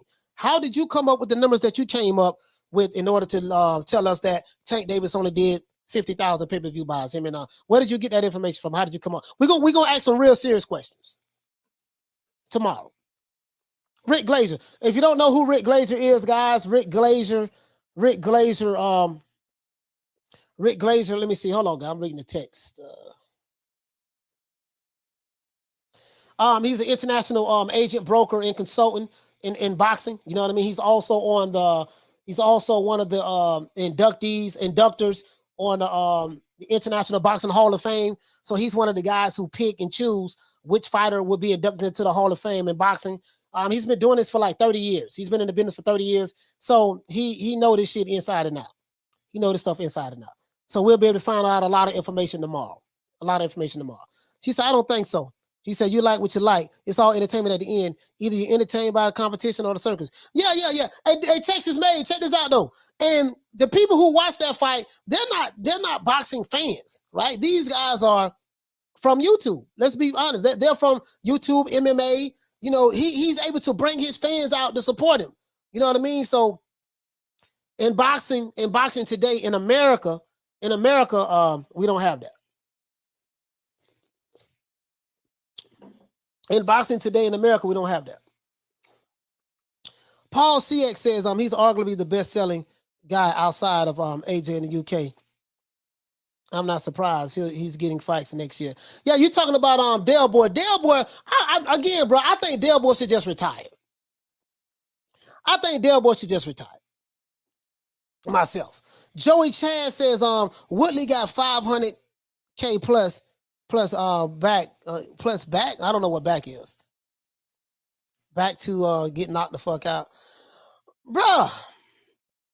Joey Chaz, my only issue with that is, bro, he could have broke his neck, dog. Like, you said he could have broke his neck. Who got it worse? Jake or Tyrone? He say Tyrone or Nate. You know what, bro? You know what? I think it's a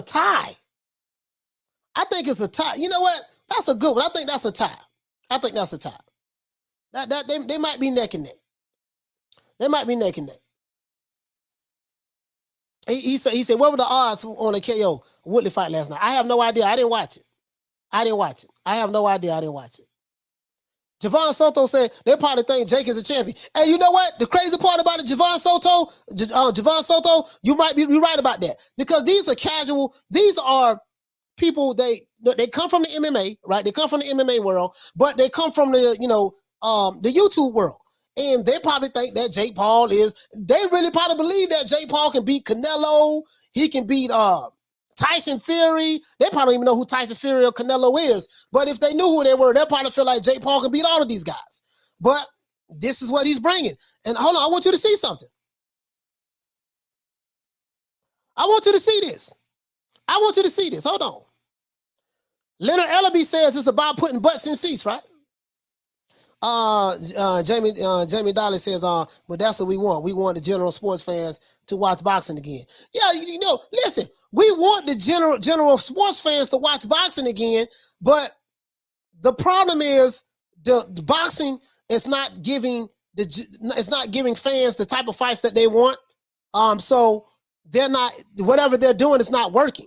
You see what I'm saying? But when someone like a Jake Paul can come on the scene, look at this shit right here. Now, this is Showtime, Stephen Espinosa, right? Showtime, Stephen Espinosa. Look how packed this shit is. Now, this is in Tampa. This shit packed. You don't see nothing curtaining off at the top. Nothing is curtaining off at the top. This shit packed. People walking around. You don't see nothing curtain off at the top. This what this guy's doing. Shout out to here to there. Hey, okay. For dropping that quarter of a bam dub on your boy. Hey, Leroy. Super chat received. Playtime's over, boy. He said, Coach, keep doing the Lord's work. Please ask Rick about PBC, WBA, and Errol's sinful, shameless ducking. We got to make them pay, not support him versus Ugas. I have a list of questions I'm gonna ask Rick tomorrow. I have a list of questions. He's gonna be on the show for an hour. He's gonna hit the show for an hour. Now he says 913 Boxer says, have you heard of anything about Spence firing Blu-ray? No, I haven't heard anything about that. None of my sources have told me anything about that, to be honest with you. I think Blu-ray is a strength and conditioning coach, right? Bless says, and most of them are the ages 14 to 25. Hey, Bless, you're right. You're right. Well, I don't know if they're 14, but I get what you're I get what you're saying though. Hell, you know what, Bless? They might be from the ages of 14 to 30. So, like, listen, they probably think this dude undisputed right now. He said, this isn't a boxing show. He said, this is the type of boxing for new fans though. I mean, it just depends. Like, it depends. Like, this is not boxing, but hey, it's not a boxing match, of course, They probably think, little green eyes Pete, what she say? She say, nah, call for that. He say to call him a sellout. Oh, he talking about they call him a sellout? Yeah, I don't understand that. He say, shout out to Tony Boswell. Hey, okay. For dropping that quarter of a bam dub on your boy. Hey, Leroy. Super chat received. Playtime's over, boy. He said, much respect, coach. In the chat, stop the show support and hit the like button. Yes, sir. Hit the like button. If you're new to the channel, please subscribe. Hit the like button. If you're new to the channel, please subscribe. Hit the like button. We need 15 more likes for me to open up the phone lines. We need 15 more likes for me to open up the phone lines. Bless, what you say, Queen? She said, them YouTubers follow. Them YouTube followers. Yes. No, you're right. Those are YouTube followers. Absolutely. Those are YouTube followers. I totally agree with that. Those are YouTube followers. He said, I'd be mad if Canelo fights Jake Paul over Andrade. Who's the horrible fighter? Hey, man. Hey, hey, don't get me started. Don't get me started with that. Because we already know, Canelo, listen. See, we know Canelo, hold on. As a matter of fact, I'm glad you said something about Canelo. That dude there, man, a fucking YouTuber. I'll be damned. Yeah, this what happened when you open up the back door. When boxing don't give people what they want, then they go to the sideshow. It is what it is. Michael Benson. Hold on, let's go to Michael Benson. I'm looking at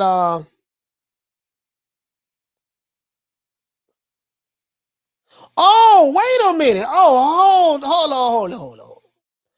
Hey, have you guys seen this? Michael Benson, right? He said he did an interview with Talk Sports. He said Bob Arum says that Tyson Fury may not fight Dillian White next. So if he don't fight Dillian White next, see, bro, hold on. Let's read this. Because listen. Now, you have a lot of Dillian White fans and supporters were saying that Tyson Fury is going to try to duck Dillian White. I know a couple of them who call the show. They're going to say he's trying to duck Dillian White. That's what they're going to say, right? So now, let's read this article, guys. This is my first time seeing it. And you know me, I like to blow it up so everyone can see it. I like to be transparent. He said Bob Arum warns Dillian White that Tyson Fury could fight Andy Ruiz Jr. or Joseph Parker next instead of him if a deal is not reached. So let's go. Let's go. Oh my God. I don't want to eat on my goddamn. Oh, we about to do a whole show on this.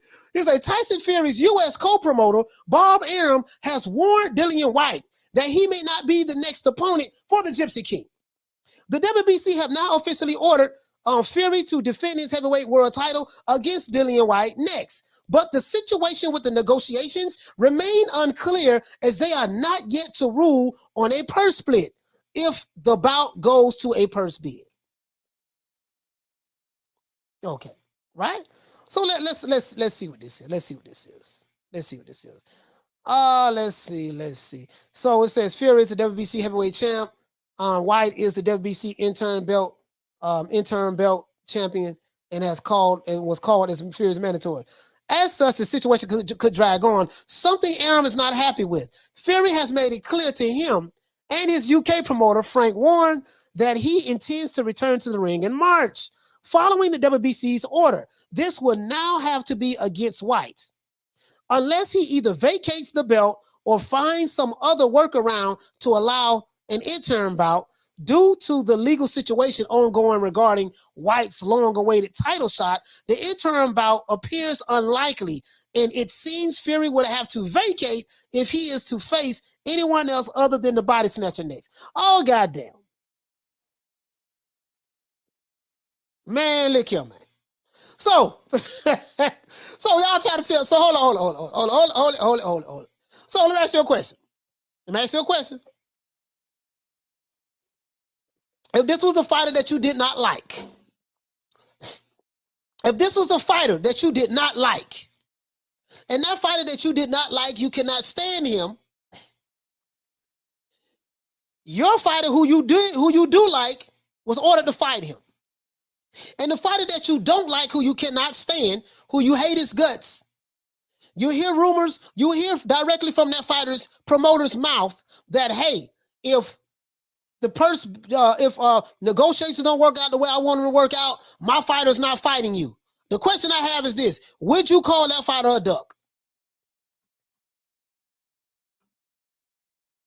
Would you call him a duck? That's what I want to know. I already know the answer to that, but I just want to know, would you call him a duck?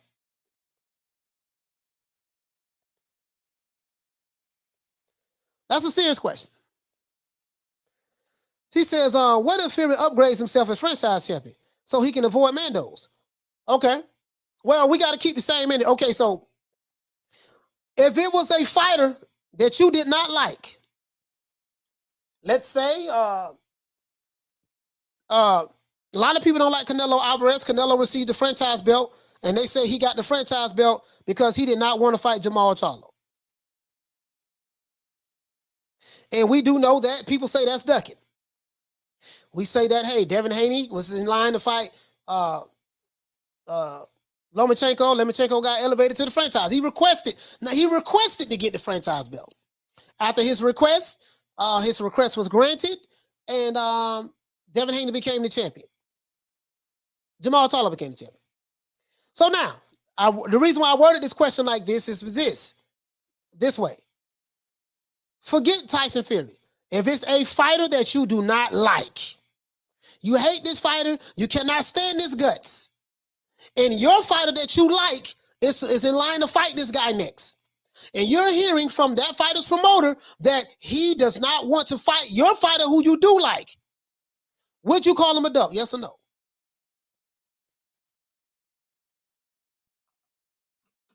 As a matter of fact, I'm going to open up the phone lines on that. I think I'm going to open up the phone lines on that. But let's continue to read. I'm going to open up the phone lines on that question. Following the WBC's order, this would now have to be against Dillian White. It said, due to the legal situation ongoing regarding White's long-awaited title shot, an interim bout appears unlikely. And it seems Fury would have to vacate if he is to face anyone other than the body snatcher Dillian White next. However, Arum did not expressly state whether or not this would be the case. So he's double speaking. They call this double speaking. I'm going to break down to you what double speaking is. He's saying one thing and another thing at the same goddamn time. And you're caught in the middle trying to figure out what is he saying, what's real, what's not real, right? Arum said Andrew Ruiz Jr. could be next for Fury. Why in the hell would Tyson Fury fight Andy Ruiz Jr.? Where in the hell is Bob Arum getting this shit from? Right? Somebody to explain that to me. He also named Derek Chisora as an alternative foe. All right, so Tyson Fury may fight Del Boy again. You know, maybe Tyson Fury may say, you know what, me and Del Boy, we good friends. I might fight him again, get him some money. Who knows, right? Arum told TalkSport on Fight Night, if we can't come to a deal with Dillian White, we'll do a fight for the Ring Magazine belt and the lineal title, and we'll pick up another opponent. We've got to get Tyson back in the ring by the end of March. Frank Warren and I are determined to come to him with an opponent that's acceptable, and we love to do that fight in Cardiff. Andy Ruiz Jr. is a possibility. Now, I don't know if this fight will sell out in Cardiff. Joseph Parker, I see, had a good victory over Derek Chisora. That could be a possibility as well. We're looking at a couple of other names. Okay. So, Bless 365 say, double talking ass, ducking. She said that's ducking.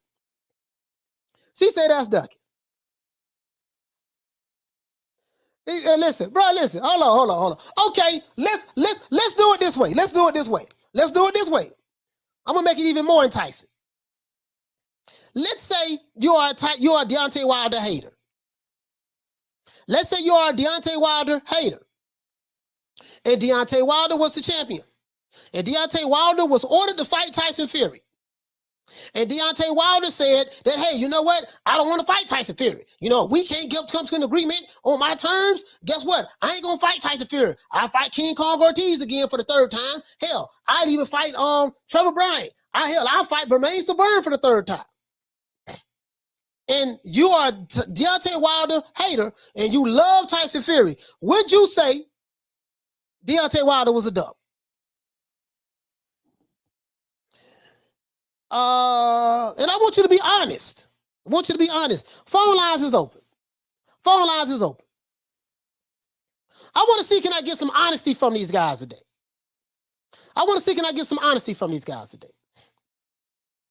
Bless 365, what do you think the answer would be to that?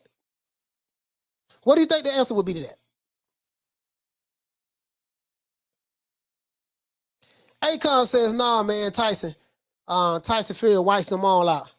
I'm not even a Tyson fan. Well, right now, look like from what Bob Arum is saying, he's ducking Dillian White. Right now, look like he's ducking Dillian White. From what Bob Arum is saying. He said Wilder ducked a lot of fighters. Okay, but that's not the question, though. My question is this. If Deontay Wilder was the champion right now, I want to hear from Tyson Fury fans. The phone lines are open. If you're in the UK, you can call this number on WhatsApp. I want to hear from Tyson Fury fans.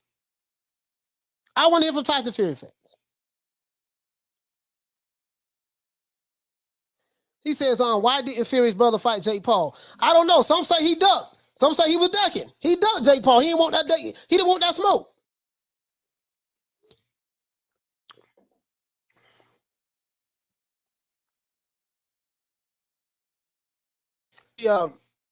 Dolomite say, don't fall for the, I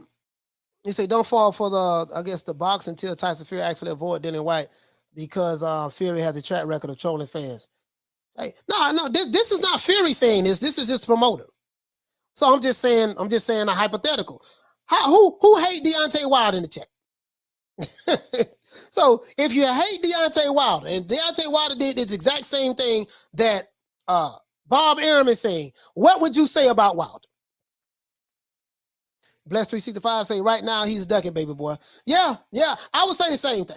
If he does this shit right here, then he's ducking. He said Fury fans will swear he's the best fighter, past or present. You won't get an honest answer out of them. You know what? I don't think I'll get an honest answer out of a Fury fan, to be honest with you. I don't think they'll be honest. I don't think they'll be honest with that. I'm just being honest with you. I don't think they'll be honest with that. That's why we reworded it and said if it was Deontay Wilder and Tyson Fury was the interim champion and the WBC ruled that you had to fight Wilder, you had to fight Tyson Fury next, no matter what.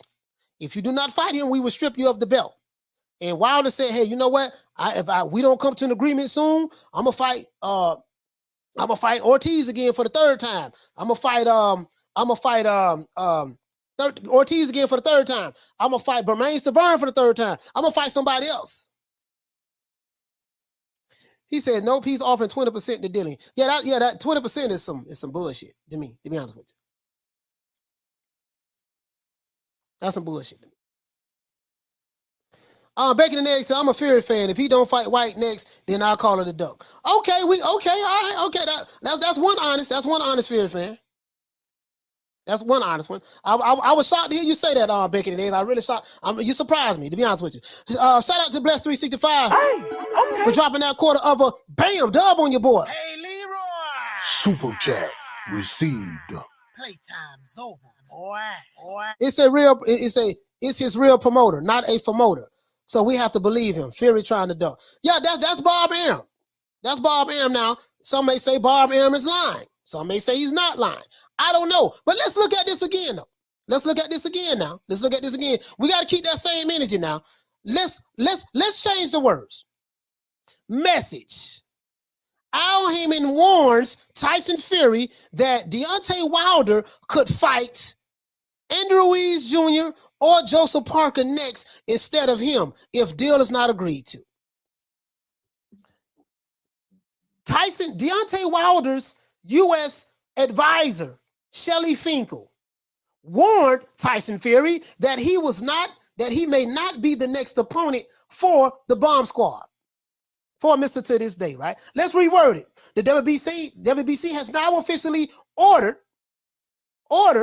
Deontay Wilder to defend his heavyweight world title against Tyson Fury next. But the situation with the negotiations remains unclear as they have yet to rule on the purse bid for the bout if it goes to a purse bid. Right? So, call up. Hold on. Damn, man. Somebody had called in. Caller, please call back. I got to reword this, right? This is my first time seeing this, guys. This is why we're talking about it. My first time seeing it live on air. So the WBC has now officially ordered Deontay Wilder to defend his heavyweight world title against Tyson the Gypsy King Fury next. But the situation with the negotiation remains unclear about the purse bids. Let's continue. As such, the situation could drag on, something that Shelly Finkel is not happy with. Deontay Wilder has made it clear to him that he intends to return to the ring in March, following the WBC's order. This will now have to be against Tyson Fury. Unless he either vacates the belt, meaning Deontay Wilder, if he vacates the belts or he finds another workaround to allow an interim bout. So, if this was Deontay Wilder, if you was a Tyson Fury fan, what would you be saying? I'm going to see if I can get some honesty here.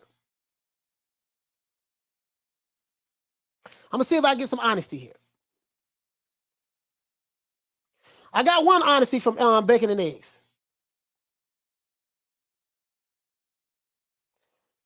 He says on Dog Bullocks, Fury, we want brother White to KO Fury. Okay.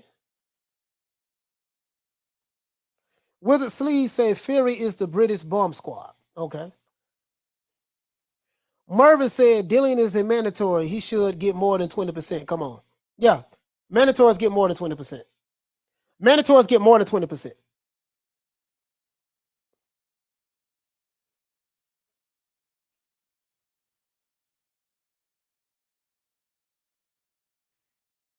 Hold on, guys. Caller, what's your name? Where you calling from? Coach, what's up? It's Corey calling from Texas. What's going on today? Corey, what's going on, fam? What the league read? Well, Chisora, he needs to retire for sure. Warrior, respect to him, but I don't want him walking around like Muhammad Ali or some of the other people that you mentioned. And then as far as James Toney, Clarissa Shields, James Toney is real bad. As far as Clarissa Shields, he needs to take a page out of Joe Smith Jr.'s book. See, a lot of people complain about purses and salaries, and you seen the girl last night, Super Bad. She went there and she knocked people out. Holly Holm, she knocked people out. Yeah. Ronda Rousey, she got her money up. Clarissa Shields, and I see this with a lot of fighters, even Teofimo Lopez. They win one big fight or two, or somebody tells them they're great and they think they're supposed to get Floyd Mayweather money. Matter of fact, I guarantee you some of her first 10 fights were more money than Floyd got for some of his first fights. Mm-hmm. So, you know, not hating on, I want to do good. I like women's boxing, but I just think people need to understand that. Joe Smith Jr., Mickey Ward, some of these people are working. The girl last night who got knocked out from Venezuela, from Guatemala, she paid her own money to do it. So now we're going to sit around and complain about I don't get this money or that money. So that's all I wanted to say. Like, a lot of these people need to humble themselves and understand there's people who really want this. Well, let me ask you a question. What do you think about what Bob Arum is saying? That I'm just seeing this just now. I'm just seeing this just now. I agree with you. I think Derek Chisora should retire, but he's not. He's going to fight next summer. I don't know why. He doesn't have any footwork. He has no defense. He loves eating right hands, and he has stamina issues. But his fans in the UK, they love him. But at the same time, the man getting the brakes beat off of him. Like right. What's the point? Unless he's broke, don't have any money, and he has to keep fighting, I can get that if that's what he wants to do. But at this point, like, what's the point in doing that? Yeah, it's very dangerous. I don't want him doing it. I like Chisora. He's really fought everybody, and he hasn't had to leave the United Kingdom. I looked on his box rec. Yeah. He hasn't had to come over here to fight. So he's done really well making money off that British pound, and he's fought damn near everybody over there. I mean, and what keeps him alive is he'll knock a Takam out. Or then there'll be another prospect and he'll knock them out. Right. And then he'll go toe to toe with a guy who's supposed to be top 5. But then when it comes to like you said, the elite, he'll get knocked out. Right. You know what I mean? He got 12 losses. So I'm like, at this point, I mean, like, what's the point? You see what I'm saying? What happened? Right, yeah, there's no point. He don't have nothing to prove. Yeah. But like you said, he'll knock a Takam out or somebody like that. And it was somebody else. I looked at his box record and I'm like, oh, he knocked him out. Mm-hmm. And then that probably gets him hype again, like, oh, I'm still good, because he'll keep knocking these fresh prospects out. He's good to beat those fresh prospects, but he's very dangerous when it comes to the elite fighter. Yeah, and this is the thing, right? You know, Toby Bartlett. Thanks for letting me know, Toby. He says that Del Boy got loads of money. Okay, if he have loads of money, why is he still fighting? No, I think he just loves it, because even his daughter, he has a nice house. You watch his own documentary. He has a nice house and everything. I think he just loves it too much. All right, man. Hey, man, here's what it is, man. More power to him, bro. More power to him, man. Hey, Corey, but hold on. Let me ask you one more question. As it relates to this particular situation with what Bob Arum is saying, that Tyson Fury, if they can't come to an agreement with the purse split, 80-20. 80-20 is ridiculous. Like, when it's I heard about that first bit. So they want 80-20 because Dillian White don't have the crowd that Tyson Fury can fight in the U.S. or over there. Dillian White wouldn't sell Diddley Squad in the United States, maybe in Vegas, maybe in New York. And Eddie Hearn was talking about that. They want 45, 55 because that's what the WBC demands. But then Bob Arum said, no, we want 80-20 because we're the bigger name. So they're actually going to court about that right now. Well, wait a minute. Dillian White, from what I'm hearing from the people in the UK, Dillian White is huge in the UK, and Dillian White is able to sell out. Sell out. Yeah, they're fighting in the UK. Like crazy in the UK. They're fighting in the UK. They're not fighting in Vegas. They're right. Right. I know. I'm agreeing with the UK fans. They know what they talk about as far as UK, but Tyson Fury can fight in the United States or the United Kingdom. So Dillian White ain't got that big of a name over here. So what does that have to? Dillian White come to Texas, he ain't gonna sell like he might not even sell like Zerto did last night. Yeah, but what does that? But what does that have to do with the negotiations going on for this fight? I'm lost right there. I mean, that don't have nothing to do with it, but I know Eddie Hearn said it was in the process of the courts, and then after that, they're going to go from there with it. Okay. So they're going through court with it, and then something's going to happen with it. But the WBC, I believe, is 55-45 or something. The WBC is more it's more even. It's more rational. It's like 55-45 or something like that. So let me ask you a question: Is he ducking? If he don't fight the guy and the guy's mandated, is he ducking? That's all I want to know. If it was Tyson, forget. Fury kicked Dillian White's ass. Okay, still Tyson Fury was Dillian White, but I mean, if you want to say fact, if he you say it's fact, like when we going on the. If we go on the commandments of fanboy stuff, what fighter? What if fighter we go you on the don't like? commandments of fanboy stuff, he's ducking. Okay. You're right. No, if you go on the commandments of fanboy stuff that that you got wrote out, yeah, then he's ducking. Right. But That's it. Yeah, that's it. I'm not trying to tap dance around it. If it's a fighter that you don't like, let's say you don't like. I don't know which fighter you don't like. Let's say if it's a fighter that you don't like, in this exact same situation, he's been mandated to fight a fighter that you do like. And his promoter is saying that, hey, if you guys cannot work something out in enough time, my fighter who was mandated to fight you by the WBC, we can refuse not to fight you and go fight someone else. But if you do that, you would get stripped and lose your belt. Would you say that fighter was ducking? And I'm pretty sure you say he would say he would. So we gotta keep that same energy. That's all I'm saying. If Tyson Fury does this, he's ducking Dillian White. It's official. But then he'll still be looked at as undisputed if he fights Usyk and wins. But you're right. Depending on based on the commandments and being fair and even down the middle, yes, that's considered ducking. If we want to call a spade, that's considered ducking. Exactly. All right, cool. All right, so shout out to Corey, man. Shout out to Corey, man. I appreciate you for calling in, my brother. Appreciate you for calling in. Yeah, guy, that's all I'm saying. Listen, listen, it's real simple. Shout out to my brother Corey for calling. It's real simple. Now, I'm not saying Tyson Fury is doing this. We're going to find out in the next month's time to tell. But we got to keep that same energy. They said that Canelo Alvarez was ducking Jamal Charlo, meaning he didn't want to fight him. They said that Canelo Alvarez was ducking David Benavidez. They said that several fighters, Joshua was ducking Fury, Wilder, and they said that other fighters was ducking other fighters. We got to keep that same energy. That's why I reworded it. It said, what if this was Deontay Wilder and you didn't like Deontay Wilder? And his promoter said that, hey, there's a good chance that our fighter may refuse to fight you. Once you refuse to fight a fighter that has been mandated for you to fight, you are ducking that fighter. That's it. It ain't it depends on Bobby Jimmy. Bobby Browne went solo. The Temptations, they think about. No, we not. When you got to do a bunch of nigga splaining, this is the problem, right? I gotta call it like it is. If the key word is if, because Corey brought up Tyson Fury being big. Tyson Fury is not big over here in the United States. We know that he hasn't sold out a venue over here since he's been over here. As a matter of fact, the best thing that happened to Tyson Fury in America was Deontay Wilder. And the best thing that happened to Deontay Wilder in America was Tyson Fury.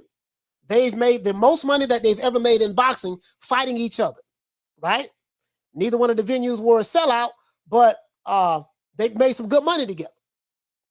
I can show you the numbers when I think Tyson Fury fought, was it, who the guy was, guys? Big Odo Wallin and Tom Schwartz or something like that. And they was giving away tickets. They sold like 5,000-6,000 tickets. They were begging people to come to those fights. You see what I'm saying?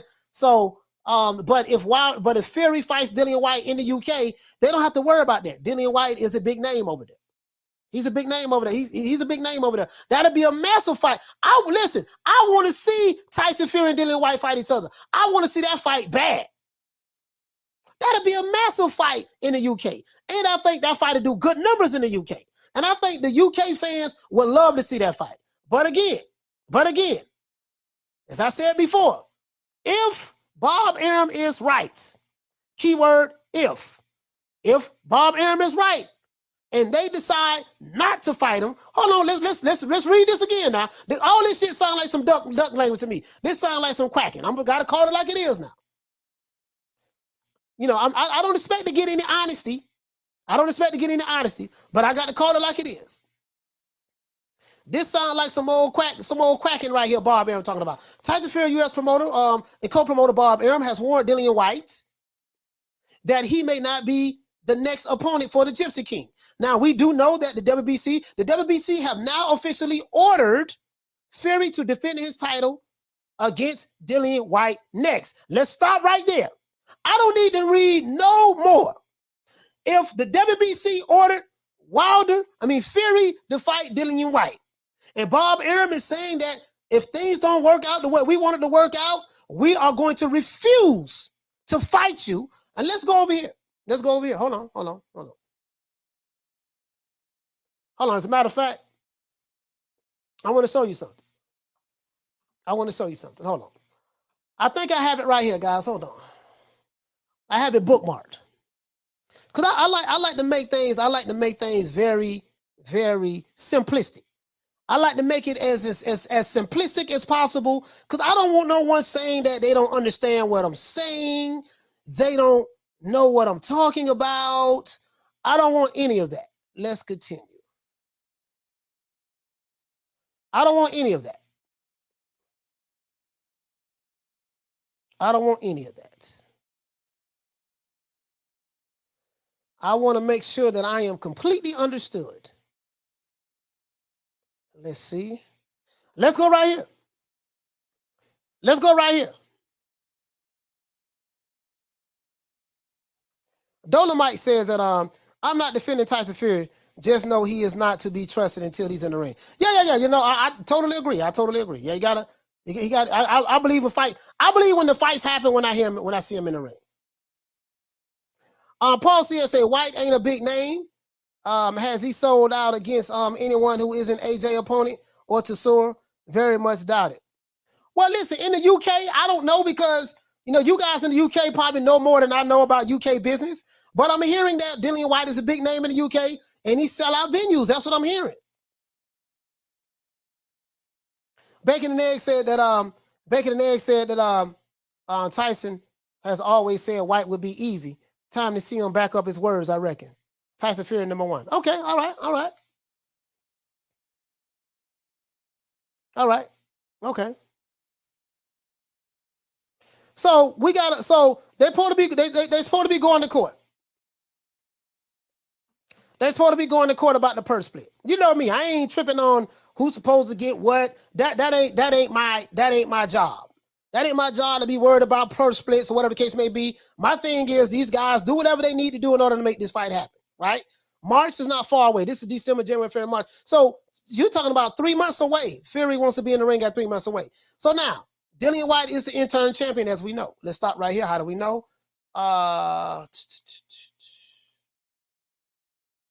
Dillian White is the interim champion. Let's see. I think he's the interim champion. He said Tyson Fury is the WBC heavyweight champion. Dillian White is the interim belt, right? Okay, let's stop right there.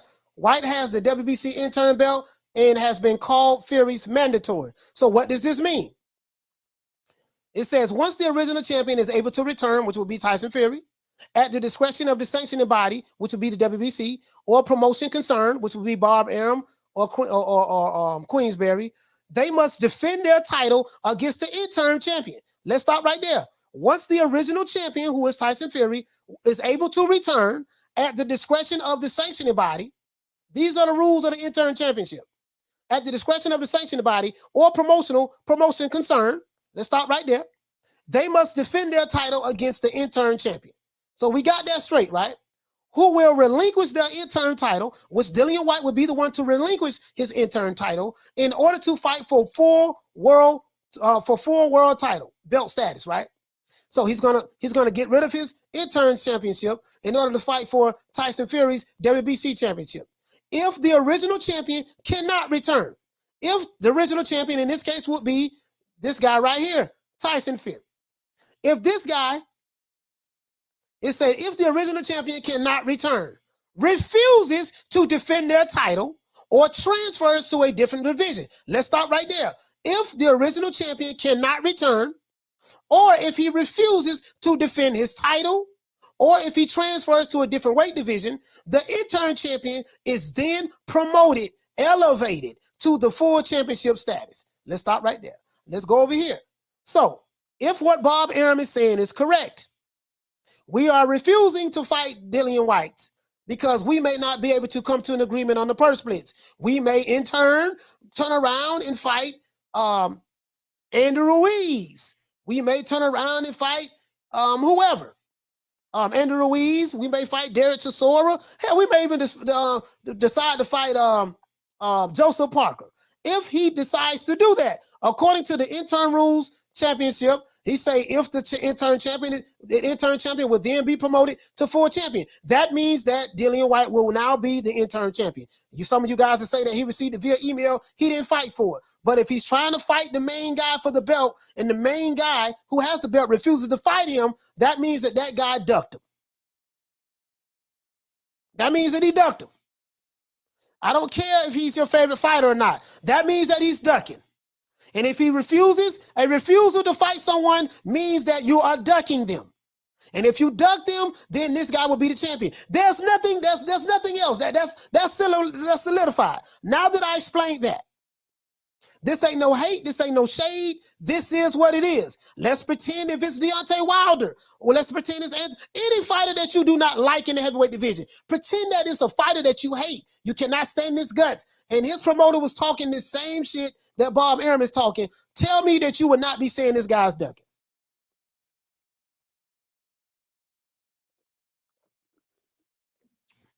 I know you won't be honest. I know you won't be honest. I know.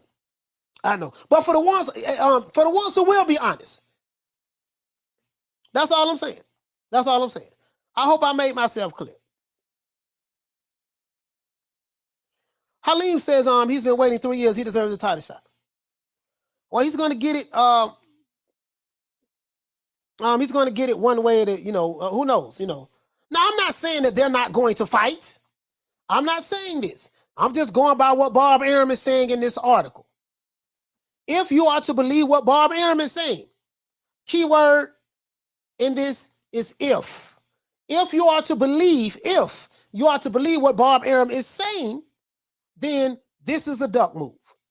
I don't give a damn how you slice it, how you dice it. There's some goddamn ducking. Because if it was Deontay Wilder, we know what Tyson Fury fans would be saying. They would be saying that Deontay Wilder's ducking. If it was Alexander Usyk, we know that you would say that Alexander Usyk is ducking. If it was Anthony Joshua, we know that you would say Anthony Joshua was ducking. If it was Canelo Alvarez, they already saying he's ducking Charlo, and he's ducking Charlo right now.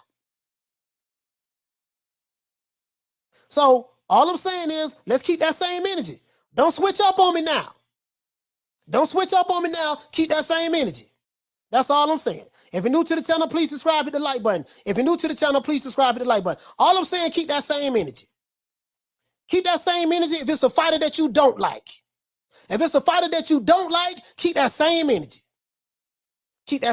That's all I'm saying. Bob Arum is in the midst of a contract negotiation. It's all conjecture at this stage. We're talking about all hypotheticals right now. Conjecture, hypotheticals, possibilities, ifs, whatever. But if it was a fighter that you did not like, we know what you would be saying right now. He say, Bob knows Eddie promoting Usyk also. He has to threaten Dillian that Fury fight someone outside of Eddie's team to turn up the heat and negotiate still. Listen, it doesn't matter at this point, right? Here to there. Listen, let's say Tyson Fury says, the hell with Dillian White. We are going to fight whoever we want to fight. Tyson Fury will no longer be the WBC heavyweight champion of the world. Dillian White will be.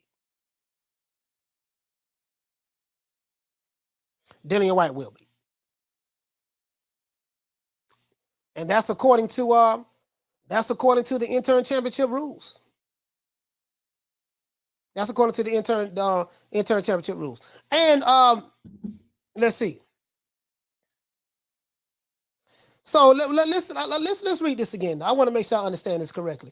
He said, as such, the situation could drag on, something Arum is not happy with. Fury has made it clear to him and his UK promoter, Frank Warren, that he intends to return to the ring in March. Following the WBC's order, this will now have to be against Dillian White.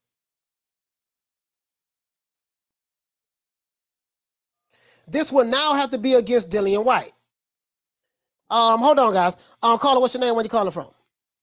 It's Corey again. Coach. Corey, what's going on, fam? Clarify myself real quick. Let me tell you. What I'm saying is, I'm not saying Tyson Fury is huge, but if Tyson Fury fought in New York, I think he could sell 10,000 tickets. If he fought in Dallas, Texas, I think he could sell 10,000 tickets. If he fights in L.A., Vegas, I think he can sell 10,000 tickets. But I don't think Dillian White could. Dillian White may sell 5,000. Right now, after fighting Wilder, I think Fury can sell 10,000 tickets in any of them places. Easy. But you may disagree. No, but what does that have to do with? No, let's say I agree with that. Let's say Tyson Fury. We already agreed. No, we already agreed he's ducking. We already agreed he's ducking okay. based on the commandments. No, we already agreed. No. It's not even it's not even the commandments. It's the intern championship. It's what the rules of the intern championship. Right. If But a champion. But with that same argument though, the dude that Dillian White pulled out of for saying he got quote unquote hurt, I would say Dillian White ducked that dude because he's pretty good. Okay, all I right. think Otto Wallin would have gave him a problem. Okay. For argument's sake, let's say I agree with that for argument's sake. Let's say Dillian White, he picked Otto Wallin to fight him. It wasn't a mandatory. It was a voluntary. He chose him. Then he changed his mind and decided not to fight him so that he could fight a harder fighter in Tyson Fury, which is the best heavyweight in the world. So now I agree with you on that. Let's say he ducked Otto Wallin for argument's sake. If Tyson Fury refuses to fight Dillian White, which you already admitted that'll be ducking as well. So that's all I'm saying. I'm trying to narrow it all down as it relates to this particular subject matter. Yeah, we ought to agree on that. Yeah. No, we agree on that. I just, I think the 80-20 purse bid is absolutely crazy. It should never be that. But I see the argument. But at the same time, Bob M got money, but Eddie Hearn got money too. So yeah. So okay, it's crazy. If Fury can say, okay, you know what, I'm gonna go to America, I'm gonna fight in Vegas, I'm gonna sell 10, 15,000 tickets on my own, that I'm not gonna fight Dillian White, he can do that. I have no problem with that. But he won't be champion anymore. No, that's other stuff. He need to go whoop Dillian White and just show everybody like I ain't scared of him. I know he's trying to hold out for Usyk so he can be undisputed at one time. But no, if he need to just go whoop Dillian White if he really, which I think he should, but Dillian White got power. He could prove me wrong, but he do. He needs to just go whoop Dillian White, get that over with, and wait for Joshua and Usyk to be done. All right, man. Shout out to Corey, man. Shout out to you, my brother. Shout out to you, my brother, for calling in, man. I really appreciate that, fam. All right, appreciate it. Yes, sir.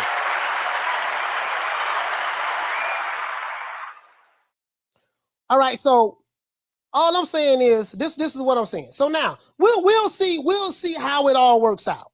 We'll see how everything works out. Right now, this could be a smoke screen by Bob Arum. This could be anything. It really doesn't matter at this point. If like I say, if Fury doesn't fight him, Dillian White will automatically become the champion. So that's the bottom line on that. You know what I mean? So and Dillian and Tyson Fury would be looked upon as he ducked Dillian White. Just like, listen, this is another thing. If you say that Dillian White ducked Otto Wallin, meaning he pulled out, he refused to fight him because he said he was injured, then you got to keep that same energy with Tyson Fury. If he refused to fight Dillian White, he pulls out, then it's the same concept. Same concept. That's all I'm saying. But we'll see how it works out. He said, I can be fair about the situation. I just know that Tyson Fury is a real deal gypsy. You'll be crazy to trust him. Wizard Sleeve say Fury sells nothing. I don't know what Tyson Fury sales are like in the UK. You know what I mean? I think I think somebody sent me something one time. Right? Somebody sent me something one time on that. I'm hearing that Tyson Fury has never sold out in the UK, and he felt like he doesn't get respect in his own backyard in the UK. This is why he ran. This is why they say he ran to America. And this is a lot of like Tyson Fury. No, people who live in the UK have told me this. The reason why I tell Tyson Fury comes to America is because he doesn't sell out anything in the UK and he doesn't get the respect that he feel like he deserves. And he did say that about the UK. As a matter of fact, hold on. This brother said Fury fought Wilder 3 times and couldn't sell 10,000 tickets. And then why is he going to sell them now? No, they sold more than 10,000 tickets. They sold more than 10,000 tickets. But it didn't sell out the venue, but they sold more than 10,000 tickets. Arlette says Fury sells nothing. Anybody from the UK? As a matter of fact, hold on. Let me see. Hold on. What the brother say? He said that Peter Von Ark says it's more likely White and Fury fight, in my opinion. Yeah. I mean, I want to see that fight. That'll be a big fight. I'd rather see him fight. You know me, I want to see the fights. I don't believe in protecting fighters. Akon says it doesn't matter if anyone sells venues or not. That's double standards there. Josh Taylor has proved himself more than any British fighter out there. And even Josh Taylor don't get props. Hold on. Toby Bartlett says, nor do we, coach. He ain't fought here in years. You know what? You know what? Hold on. When was the last time he fought? You say in years. So, hold on. Let me see something. Dale boy. Hold on, guys. Hold on. You know what? Let me show. Hold on. I want to show you something. Hold on. I want to show you something. When was the last time? Let's see. Hold on. Here it go right here. So I'm gonna say that one right there. Hold on, guys. We're gonna say that one right there. Hold on. When was the last time? That's Bob Arum. That's what Bob Arum said. But again, we gonna let some time go by, guys. We'll let some time go by and see what's up. Oh, I got something I want to prove to y'all too. I got something I want to prove to you guys. Hold on. I have something that I want to prove to you guys. I want to prove a point right here. But let me do this first, guys. Let me do this first. Let's see. When the last time? Shout out to the Queen Lisa Bells. When the last time? He said, Corey, how much he paying you? Look, Green asked me. Y'all need to cut that out, man. Y'all need to cut that. Y'all need to cut that out, man. Hold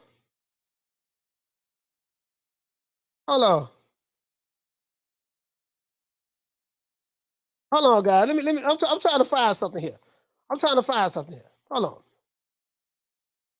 The brother, I don't know. Let me see. Okay, no, that's Tyson Fury talking about. Let me see something, guys.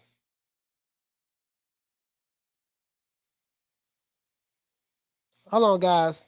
Cause I remember, guys, seeing an article where Fury was saying that he didn't get the respect that he felt like he deserved in the UK. And this is why he fights in America. I remember seeing an article saying that. And I really didn't understand that. I really didn't understand that. I really didn't understand that, guys. I really didn't understand that. Hold on, guys. I pulled it up.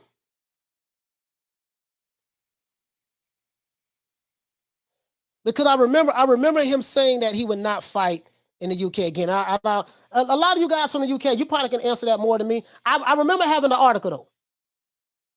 TD, he said, looks like you were right, coach. Spence don't want to fight Crawford. They don't pay the WBA and the mandatory to step aside. Yeah, the mandatory stepped aside. So listen, hold on. This is why I said right here. Hold on. Remember this show? Remember this show Thursday? I said, and this is the show right here, guys. I be spot on this shit.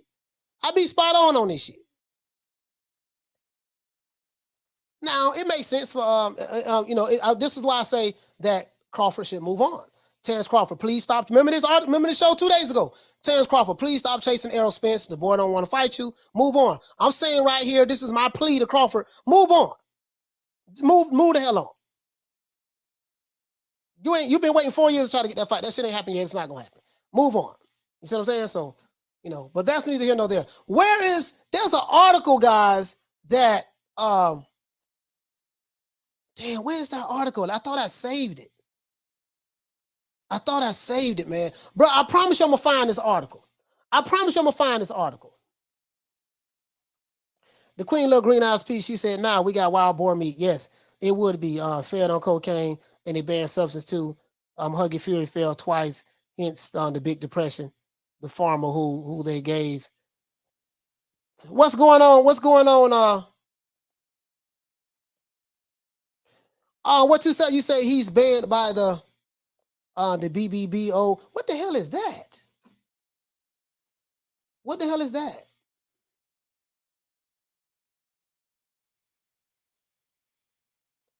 What the hell is that? What is the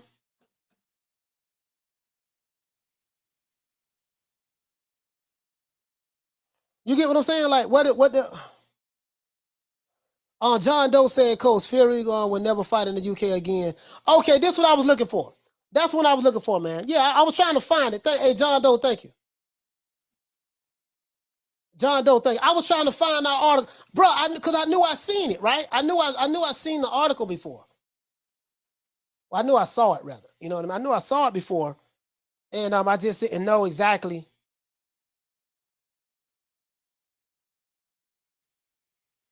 Let's see. Here it goes right here. I'm gonna read it. Let me read it to you guys.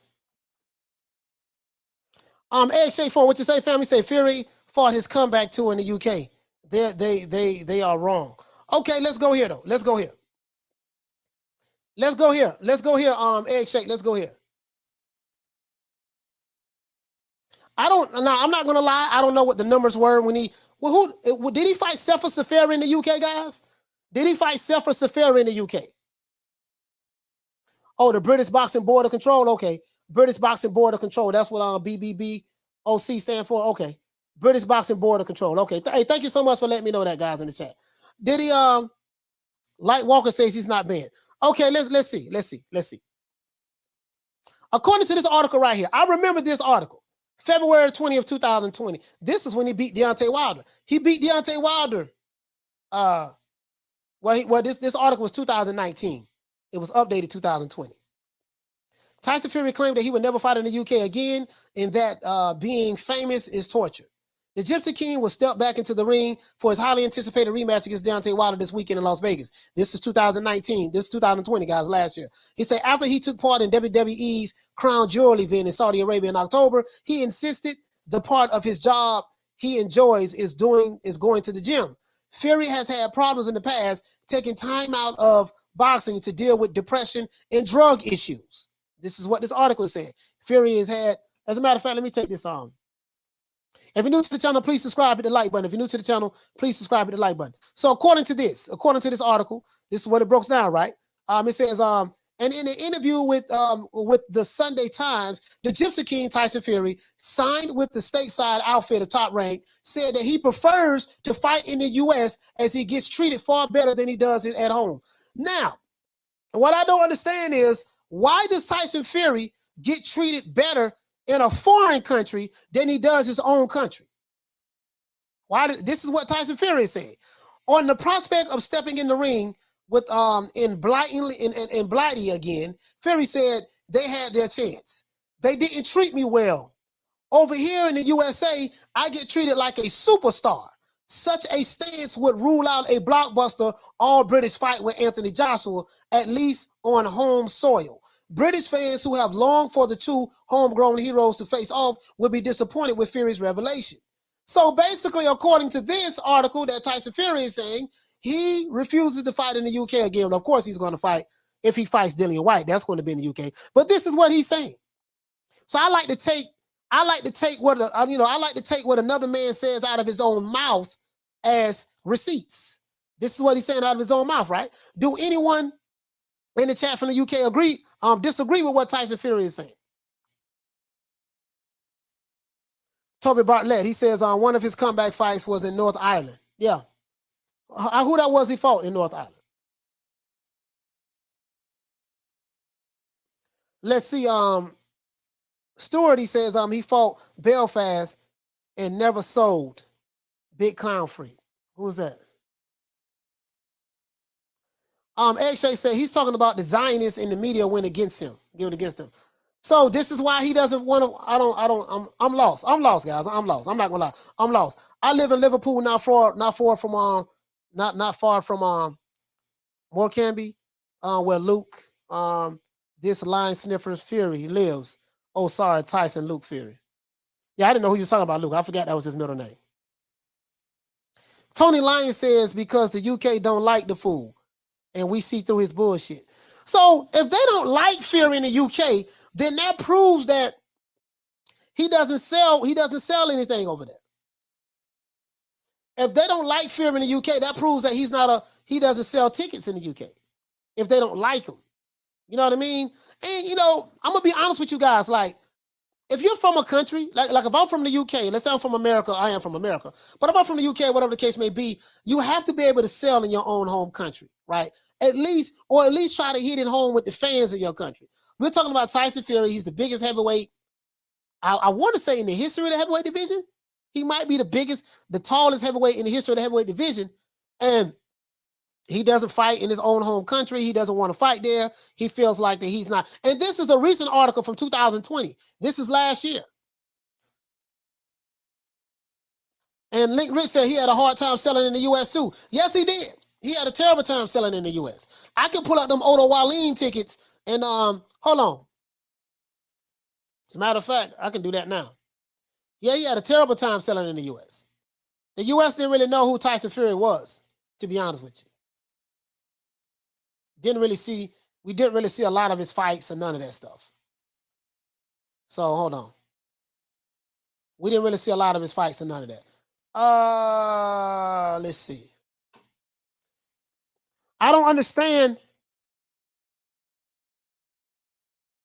Let's see. Hold on, guys. Odo Wallin.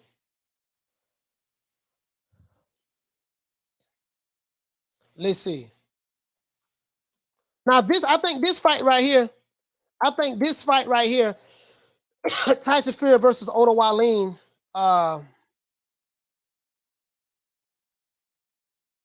good Lord. Oh my God. Bruh, like, I see what Corey, I don't get what Corey talking about. Like, hold on.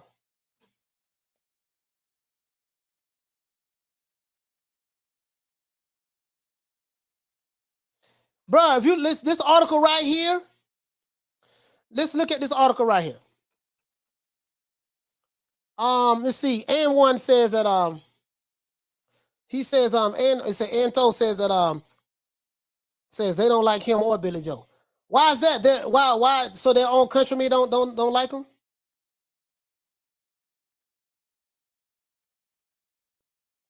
Lil Green Ass P say, Coach, we got the T on Fury.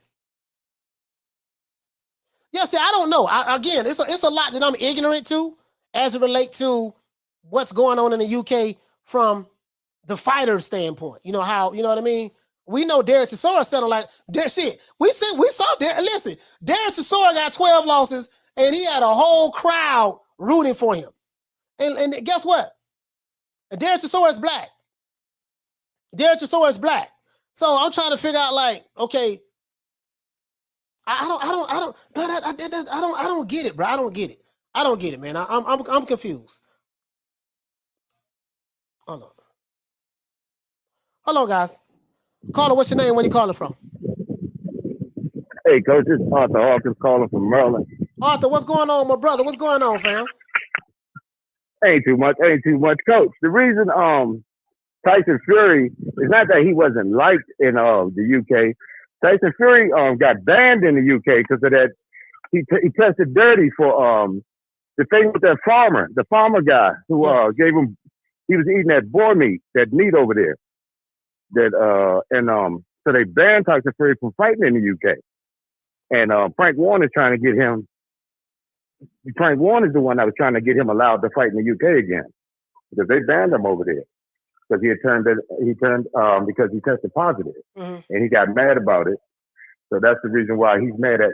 That's why he said they treated him wrong because he tried to prove his case that he didn't do what they said he did as far as being dirty, and they didn't go for it. So that's the reason Tyson Fury is saying. So you saying Tyson Fury a drug cheat? He popped dirty, and he don't. Yeah, Coach, you can pull it right up. It's about him and a farmer. I forgot the farmer's name. I heard about that. Yeah. The UK banned him for that. That's why he started fighting in the US. He wasn't allowed to fight in the UK. He still ain't. I think Frank Warren is he banned now? Is he banned in the UK now, or yeah? Suspension Frank Warren is trying to. I don't think it's suspension up. They was banned for life. Frank Warren was trying to get him out to fight over there again. That's what Frank Warren is doing, trying to get that fight because he was banned. That's the reason he wasn't fighting over there. That's why he said they didn't treat him right. That's why he used those words. They didn't treat him right because they banned him. All right. Hey, man, listen, man. Arthur, man, thank you so much, my brother, for hitting me up on that. All right, bro. Shout out to my brother Arthur Hawkins, man. Shout out to Arthur Hawkins, man. Listen. Now, I'm gonna tell you guys, hold on. Harleen said, caller, that's old news. He's not banned in the UK. Yeah, so he can fight again. Okay, he can fight again. Egg Shake Forum say they banned him for 6 months. Okay, he can fight again. Fine. Now he can fight again. So now, Jess Schilling said, no, they gave him his license back. Shout out to the Queen.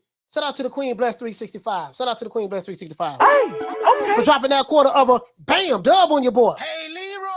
Super chat received. Playtime's over, boy. And the farmer came out. He say, and the farmer came out and said, oh, you saying the farmer came out and said the story was a lie, and they never paid him his money. They were allegedly threatening the farmer also. I gotta look that up about that farmer. I gotta look that up about that farmer. Bless. I gotta look that up about that farmer. But what I'm trying to say, Bless, what I'm trying to say, sis, is this. All right, right now, Fury, he's the heavyweight champion of the world, WBC heavyweight champion of the world. He should be able to sell in the UK now. He should be able to sell in the UK. I mean, damn, if Derek Chisora can sell out an arena, 21,000 seat arena or whatever the case may be, surely Tyson Fury should be able to do that in the UK. Surely. And how could Derek Chisora has 12 losses? Apparently he gets a lot of love in the UK. Dillian White gets a lot of love in the UK. But I'm trying to figure out why. Okay, well, you guys are telling me, maybe he got popped dirty. Everybody know, he got popped dirty in the UK. He got suspended, couldn't fight anymore. But I'm saying, like, let me read this article to you guys. Shout out to Paul CX for dropping that $5 pound on your boy. Hey, Leroy. $5 pound. 5 pounds on your boy. Playtime's over, boy. He said he was treated wrong by the media. What you mean he was treated wrong by the media? Like, what does that have to do with him fighting in his own country in the UK? And when he got banned for boar meat, that was 17 months after Hammer, ironically, when he mentioned Jews, gays, and etc. Yeah, I don't.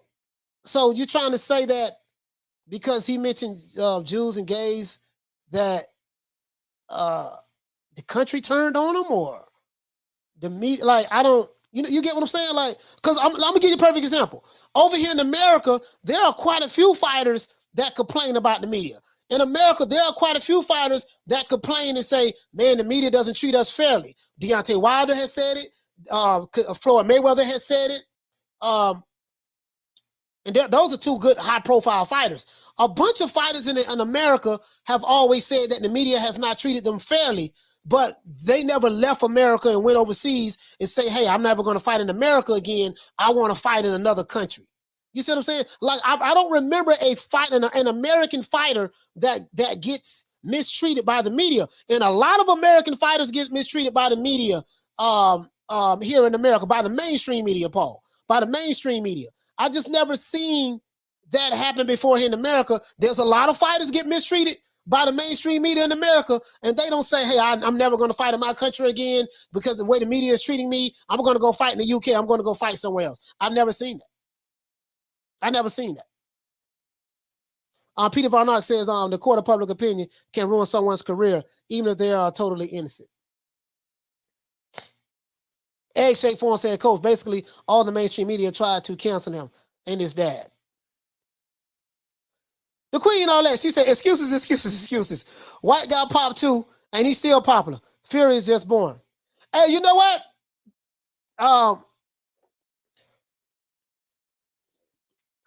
I don't know exactly, Arlette, sis, I don't not know exactly what Dillian White got popped with, but you make a valid point. Dillian White is still loved in the UK.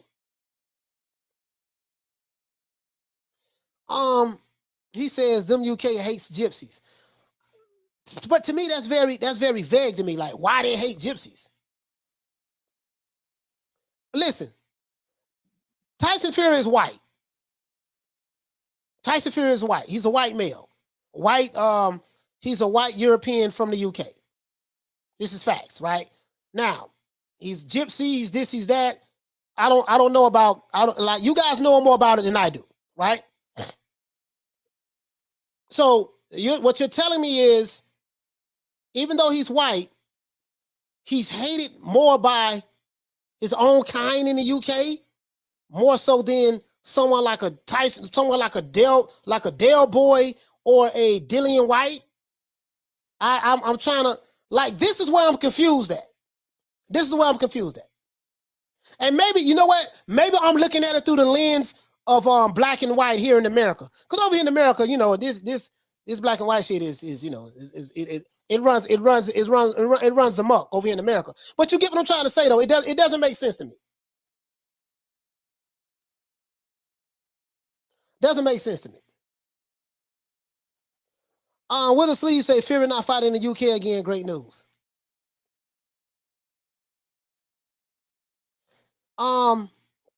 Bernard says that Fury don't seem to get no rhythm in the UK. Let's see. Peter Varnoy says U.S. media has an agenda. If you don't go along, they demonize it. Yeah, but listen, but to support my claim, that you don't see fighters from the U.S. saying that, hey, I don't get no love from the media. They treating me bad. I'm never going to fight over here again. And I'm going to go fight somewhere else. I've never seen that. If anyone has seen that before, please let me know. Shout out to the Queen Bless 365 for dropping that quarter of a bam dub on your boy. Hey, Leroy. Super chat received. Playtime's over, boy. Bless says, how are you going to be a gypsy and a Christian? Make it make sense. Yeah, you know what, Bless, I don't even know what a gypsy is. That's how ignorant I am. You know what I mean? I'm very ignorant when it comes to a gypsy. Like, I don't know what a gypsy is. Is that a culture? Is that a religion? Ethnicity? I don't know. I thought Tyson Fury was just a regular white guy. I thought he was just a regular white guy. You see what I'm saying? So it doesn't make sense to me. It doesn't make sense to me. It doesn't make sense to me.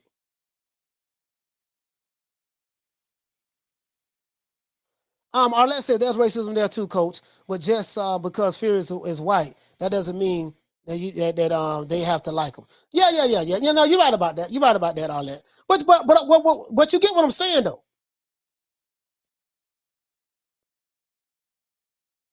Javon Soto said Billy Joe Saunders and Fury ain't no gypsies, just a bunch of Anglo-Saxon dudes. So Just Chilling said, because they traveling trailers take up all the parking spaces. Oh, yeah. Oh, hey, you know what, man? I'm reading these comments like y'all saying some serious shit, and this dude over here joking. Hey, this dude over here joking. Let's see. Akon says that gypsies are more practicing Christians than a lot of them. All right, so basically, you're saying that the reason why Tyson Fury doesn't want to listen. I want to read this. Forget all that. I want to read and see what Tyson Fury said. I want to read and see what Tyson Fury said. Oh, that's the Odo Wallin tickets. Oh, hold on.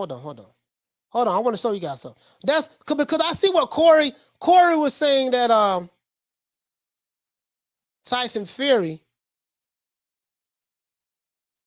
can sell out 10,000 over here after he don't fought Deontay Wilder. I do not agree with that at all. Because they didn't sell out. They didn't sell out neither of their 3 fights that they had here in the US.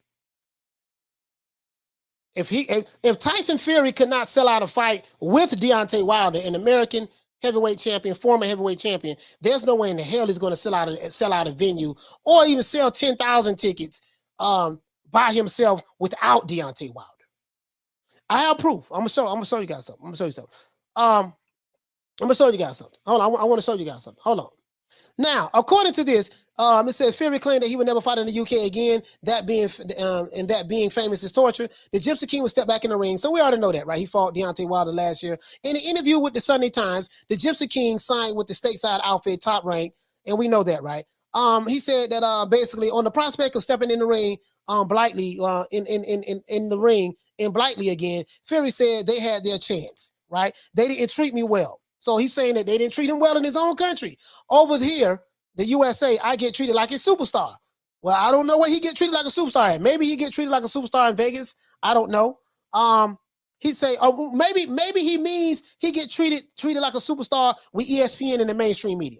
He could be making a point right there, guys. He say such a stance will rule out a blockbuster fight with Anthony Joshua. Okay, fame and torture. Fury has made a 4-part ITV documentary called Meet the Furies, but insisted that the public spotlight is a necessary evil of the industry that he is in.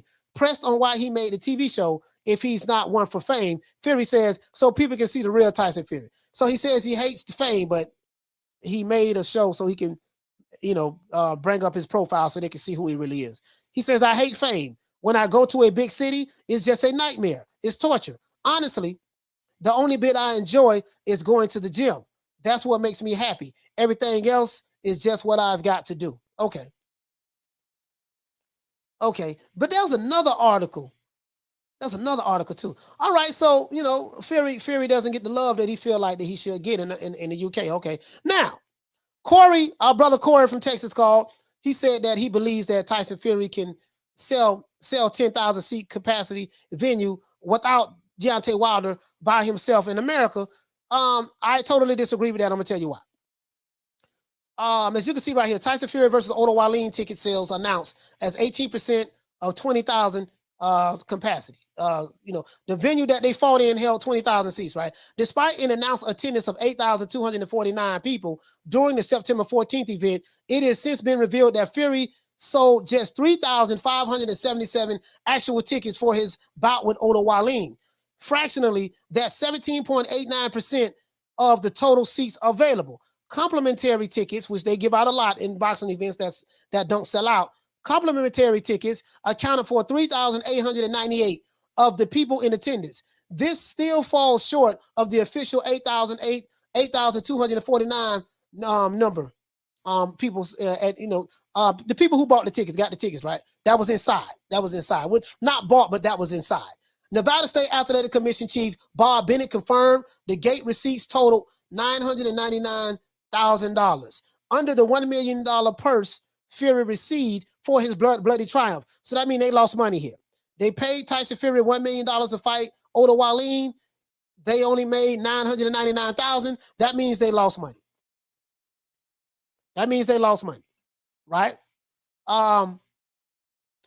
It was a similar story for Fury's Las Vegas debut back in June. At that time, reports stated that 9,012 people were in attendance for his MGM Grand Apollo Creed takeover. But Fury actually took money. But Fury actually took money for just under 5,500. 5,500 people.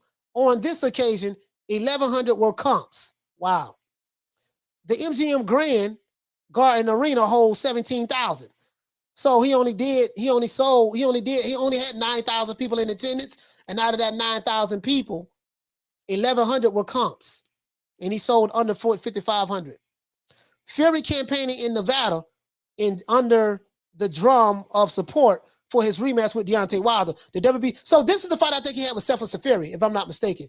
Or it could be Swartz. Could be Swartz, and then it could have been Swartz, and then he fought Otto Wallin last, if I'm not mistaken. He said the WBC title clash is slated to take place in the T-Mobile Arena in February.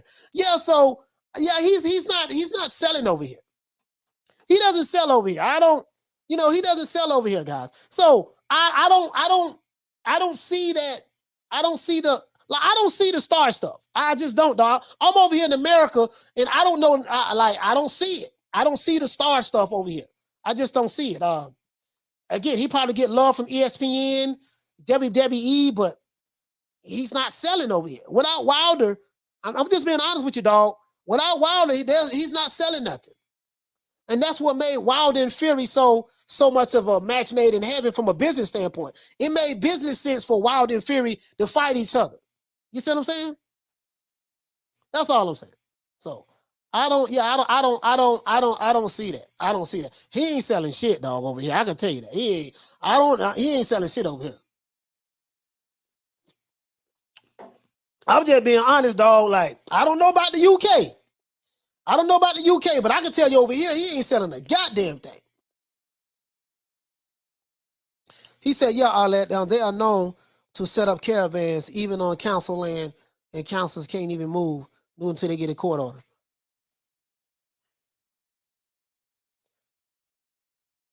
But y'all get what I'm saying though. Y'all get what I'm saying? He said they gave Fury a bad taste after banning him in the UK. That's why he wasn't trying to fight there. But you get what I'm saying though. Like over here, he's not. I'm telling, bro, he ain't. Yeah, he's not. Now he does get. Now I will say this: he does get more respect from the mainstream media. ESPN speaks good of him, probably because he signed the Top Rank, and Top Rank has a contract with ESPN. So if you notice, ESPN is always biased towards Top Rank fighters. ESPN is always biased towards Top Rank fighters. Outside of Terrence Crawford, of course, outside of Crawford, but they're always biased towards in favor of Top Rank fighters because Top Rank and ESPN has a business relationship together. So this is what it is. But I can tell you, outside of the mainstream media, listen, the proof is in the pudding. He ain't selling shit over here. He ain't selling shit over here. Now, I don't know what's going on in the UK, but I can tell you over here in America, he ain't selling shit. And the 3 fights he had with Deontay Wilder, they did not sell out. The most successful fight that he had with Deontay Wilder was the second fight. The first fight was profitable because, I don't know. Let's see. The first fight might have been profitable because they didn't have to pay them a lot of money in the first fight. The second fight, they paid Wilder and Fury a lot of money, right? And Bob Arum and ESPN and Fox, they said they lost money on the fight because they needed to make a certain amount, sell a certain amount on pay-per-view. But Wilder and Fury came away pretty good. And then the third fight, it wasn't a sellout as well. And the pay-per-views did less in the third fight than it did the second fight. So it was on the trajectory of going down. And I don't know if that was people was like, man, I don't want to see this fight no more. But it was a classic fight. It was a classic fight. I'm not going to lie. It was a classic fight. I didn't really want to, I remember I picked Wilder in the first fight to beat Fury, and I picked Wilder to beat Fury in the second fight. I was wrong both times. I was not going to bet against Fury the third time. I said, man, fuck this. I don't see all I need to see. I'm going to bet on Fury this fight. And Fury knocked him out. And I picked Fury to knock him out in the 11th round. No, in the 10th round.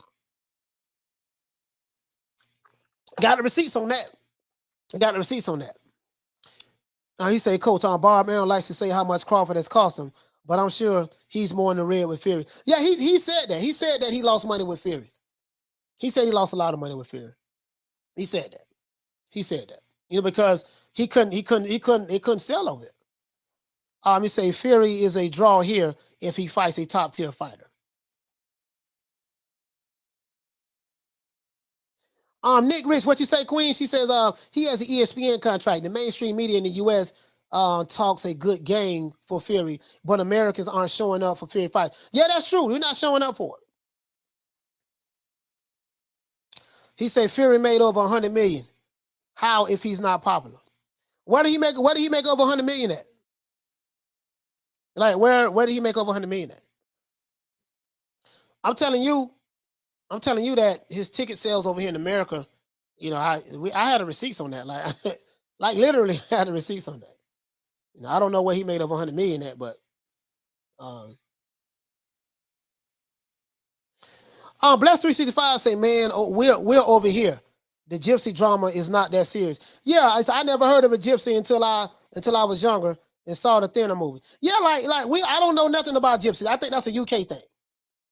I don't know nothing about Gypsies. I don't even know what a Gypsy is, bro. Matter of fact, I have to look it up what a Gypsy. Let me look up what a Gypsy is. I don't even know what a Gypsy is. And I'm just being honest with you.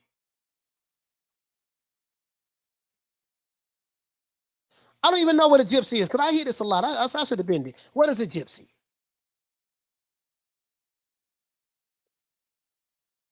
So according to, I'm very ignorant when it comes to Gypsy knowledge. I know nothing about Gypsies. I'm very ignorant. I'm not the sharpest butter knife in the kitchen when it comes to what is a Gypsy. So according to this, so I have to go to Wikipedia.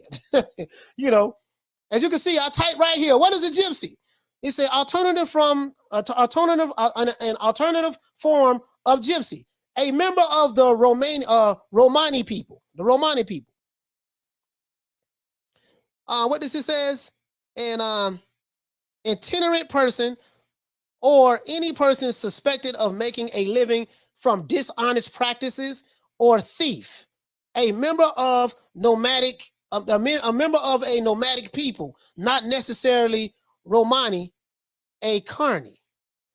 Oh, okay. So what is this? So basically, he says Fury made 100 million in bootleg pay-per-view sales. I forgot bootleg sales count. Yeah, I don't know nothing about no 100 million. Now, he must know something I don't know. Yeah, he must know something I don't know about 100 million. I'm over here in America. I ain't seen him make no. I don't know nothing about no 100 million over here in America now. Right here. So when they say gypsy, it's an adjective, alternative form of gypsy, or belonging to the Romani people, or one of its subgroups, Roma, Sinti, Roman Nichel, or having qualities of itinerant person or group of qualities traditionally ascribed to Romani people, making a living from dishonest practices of theft. Also, let me ask you guys a question. So is this what they're talking about? Shout out to Max Deal for dropping that quarter of a bam dub on your board. Hey, Leroy. Super chat received. Playtime's over, boy. Matt, what you say, fam? He said for the last 5 years, Aram has had damn near half the top 10 pound for pound. And he didn't make any of them crossover stars. Aram needs to retire. Hey, Matt. Bob Aram is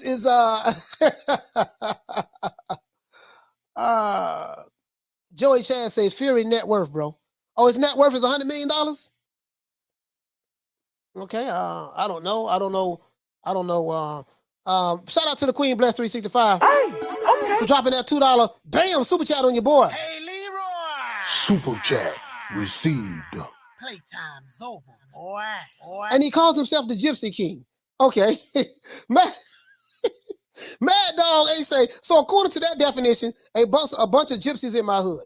So let's so basically, so according to this definition, a gypsy is an alternative alternative form of gypsy. A gypsy is a member of the Romani people. Now I'm gonna have to look up what Romani means. Who are the Romani people? Right? I'm gonna have to look this up.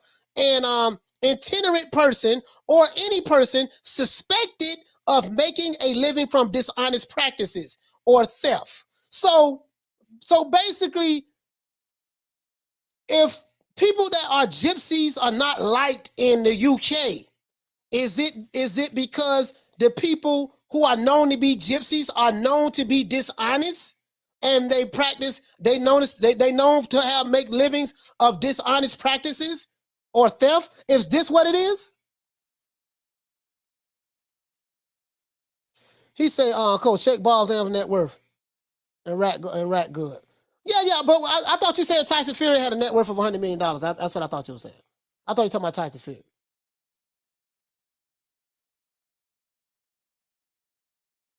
Kelly Malia says Fury faithfuls are big mad about this topic, Coach. No, I'm asking, but I'm asking because I don't know. I'm asking because I don't know. I'm asking because I don't know. So I'm trying to. Hey, Halim. So he said, okay, Coach, Fury is a Gorga gypsy. But Halim, so is that it? Is that it? So you're saying Tyson Fury is hated because there's a stereotype that gypsies are dishonest and they are thieves? Is that it?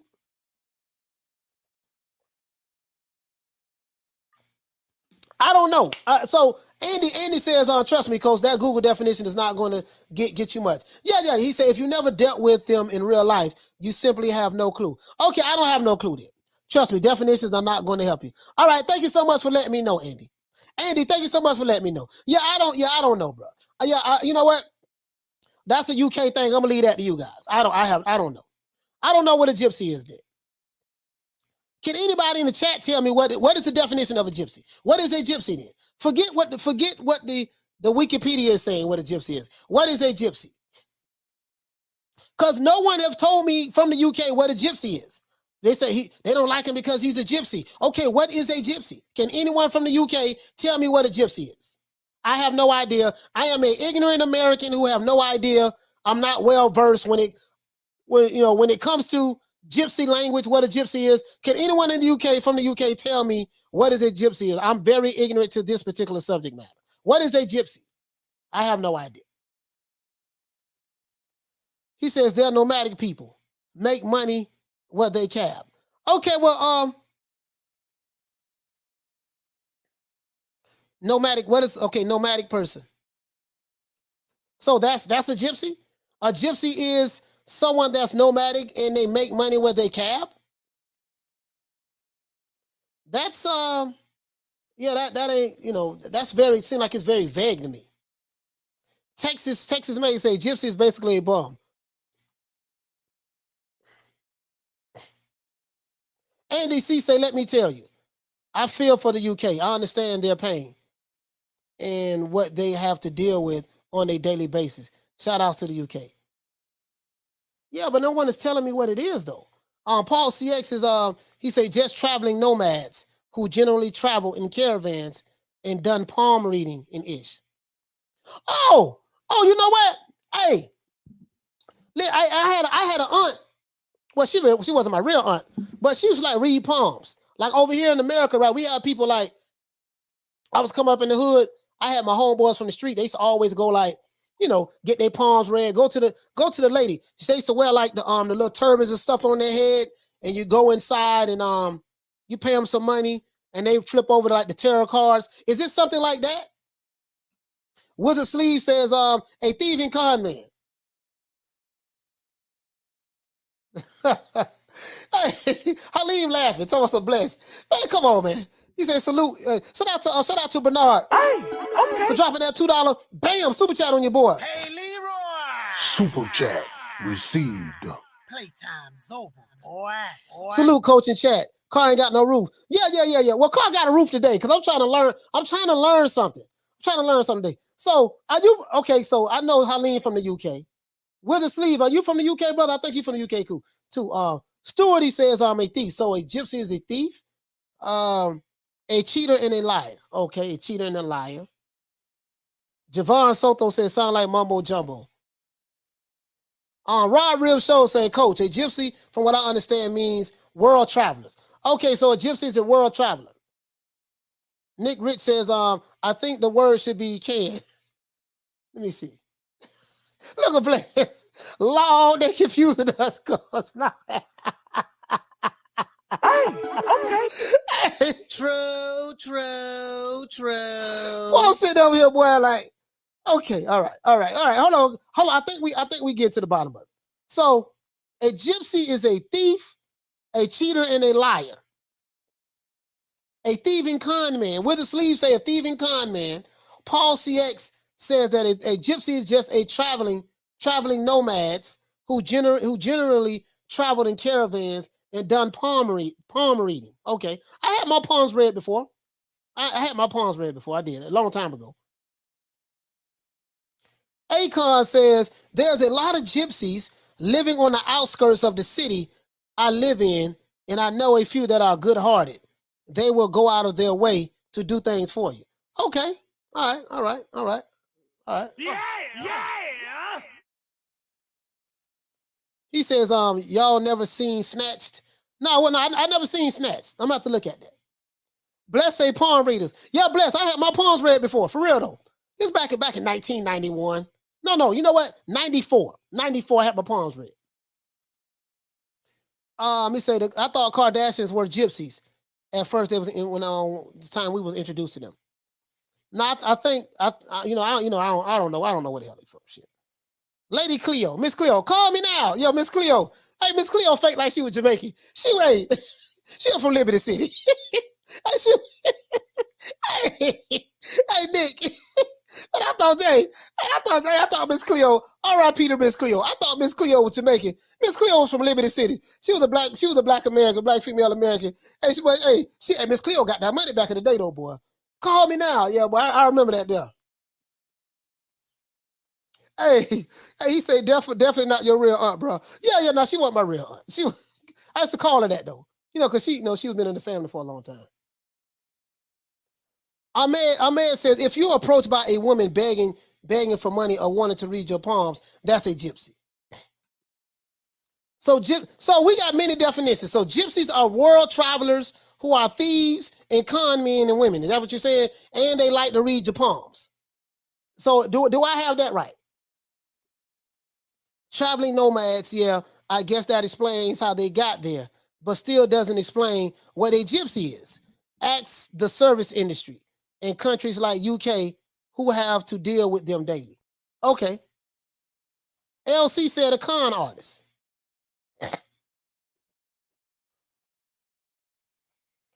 She says, coach, you never see a black community of gypsies in the UK. I'm trying to get educated here, guys, today. Caller, what's your name? Where you calling from? Hey, Coach.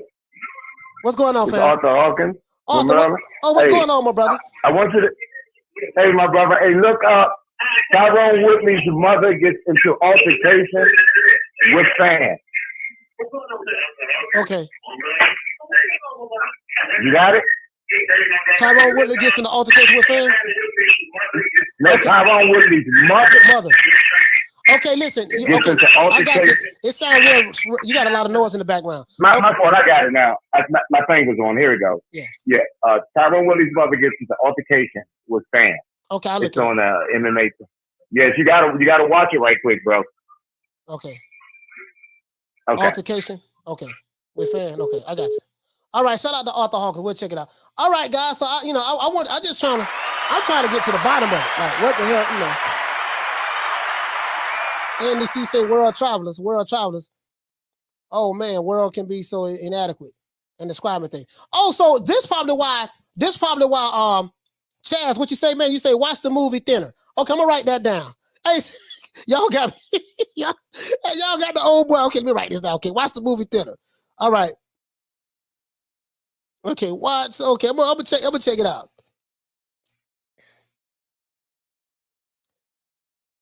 So let me ask you a question. If Tyson Fury never would have said he was a gypsy, just kept his mouth closed, how would you know he a gypsy or not?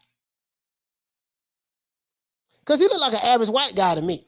Like I don't look at him and say, oh, that's a gypsy. It's not like I could look at a guy over here in America, right? I could look at a Latino and say, okay, damn, he look like he from Mexico.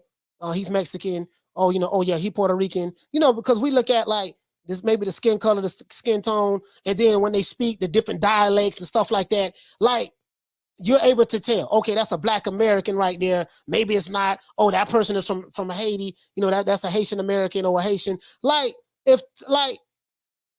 Just by looking at Tyson Fury and him speaking, like, how do you know he's a gypsy if he doesn't say anything? Like, what physical characteristics that you can look at to say, oh, that's a gypsy, and that's how you know him from. That's how you know what a gypsy is from a regular average white guy. Like, are there any physical characteristics that I could, you get what I'm saying? Oh, hold on, I got a super chat right here. Shout out to the Queen Bless 365. Shout out to Bless. Bless, I'm trying to get to the bottom of this shit. Hey, okay. Shout out to Bless for dropping that half for bam dub on your boy. Hey, Leroy. Super chat received. Playtime's over, boy. I want y'all to watch that Stephen King's Thinner movie. He hit that gypsy with his car, and all hell broke out. Oh, okay. I'm gonna check that out. Thinner. Yeah, I'm gonna check that out. Yeah, I think that's what the brother told me just now. Bless, by Stephen King. Okay, I'm gonna check that out. Bless. I'm hearing a whole bunch of goddamn. I'm hearing a whole. Hey, Andy C said, yeah, that's why the UK looks down upon them so much. because they're palm readers. Shit, I ain't got no problem with no palm readers. If that's all they do, read palms. You feel me? Hey, Egg Shake 4 say, Coach, everyone is confused on this Gypsy topic. I get it. No, you have people, listen, you have people from the UK that's calling, that's dropping this. These are people from the UK, man. These are people from the UK. He says he calls himself the Gypsy King because of his relation to Bartley Gorman, who was a well-known bare-knuckle fighter. Nut job. Okay. With the sleeve says his nonstop lying is a decent clue. Man, you know what, man? Hey, you say Coach still buys his 3-wheeler caravan off here. Shit, I ain't buying no 3-wheeler. You got to worry about that. Hey, Wayne Long Peacock say, yeah, Thinner was crazy. Y'all gonna check that movie out, Thinner. Hey, Wayne says, it's like voodoo, Coach. Oh, shit. Oh, okay. Oh, okay. So they're reading palms. Shit. Hey, you might need to get your palm read every now and then, though. Jeff Luciana says, I don't care what he is and where he comes from. That dude is a dog. And that's all I care about. Hey, Jeff.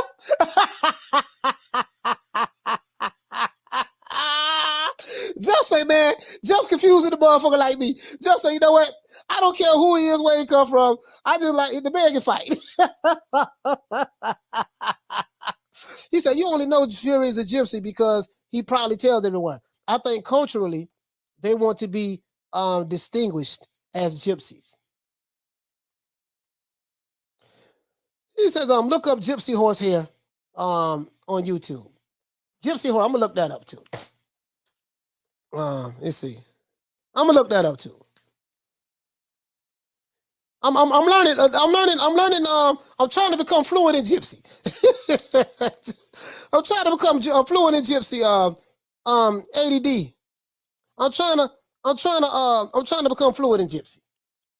Cause I'm trying to figure out why this guy, he's not getting love in his own country. He rather fights in America. I don't know any American fighters who don't get love from the mainstream media says, you know what? I don't want to fight in America no more. I want to go fight in the UK or fight somewhere else. I don't get that. But as for him being a star in America, I can tell you he's not a star of it. He's not a star of it. Ticket sales don't lie.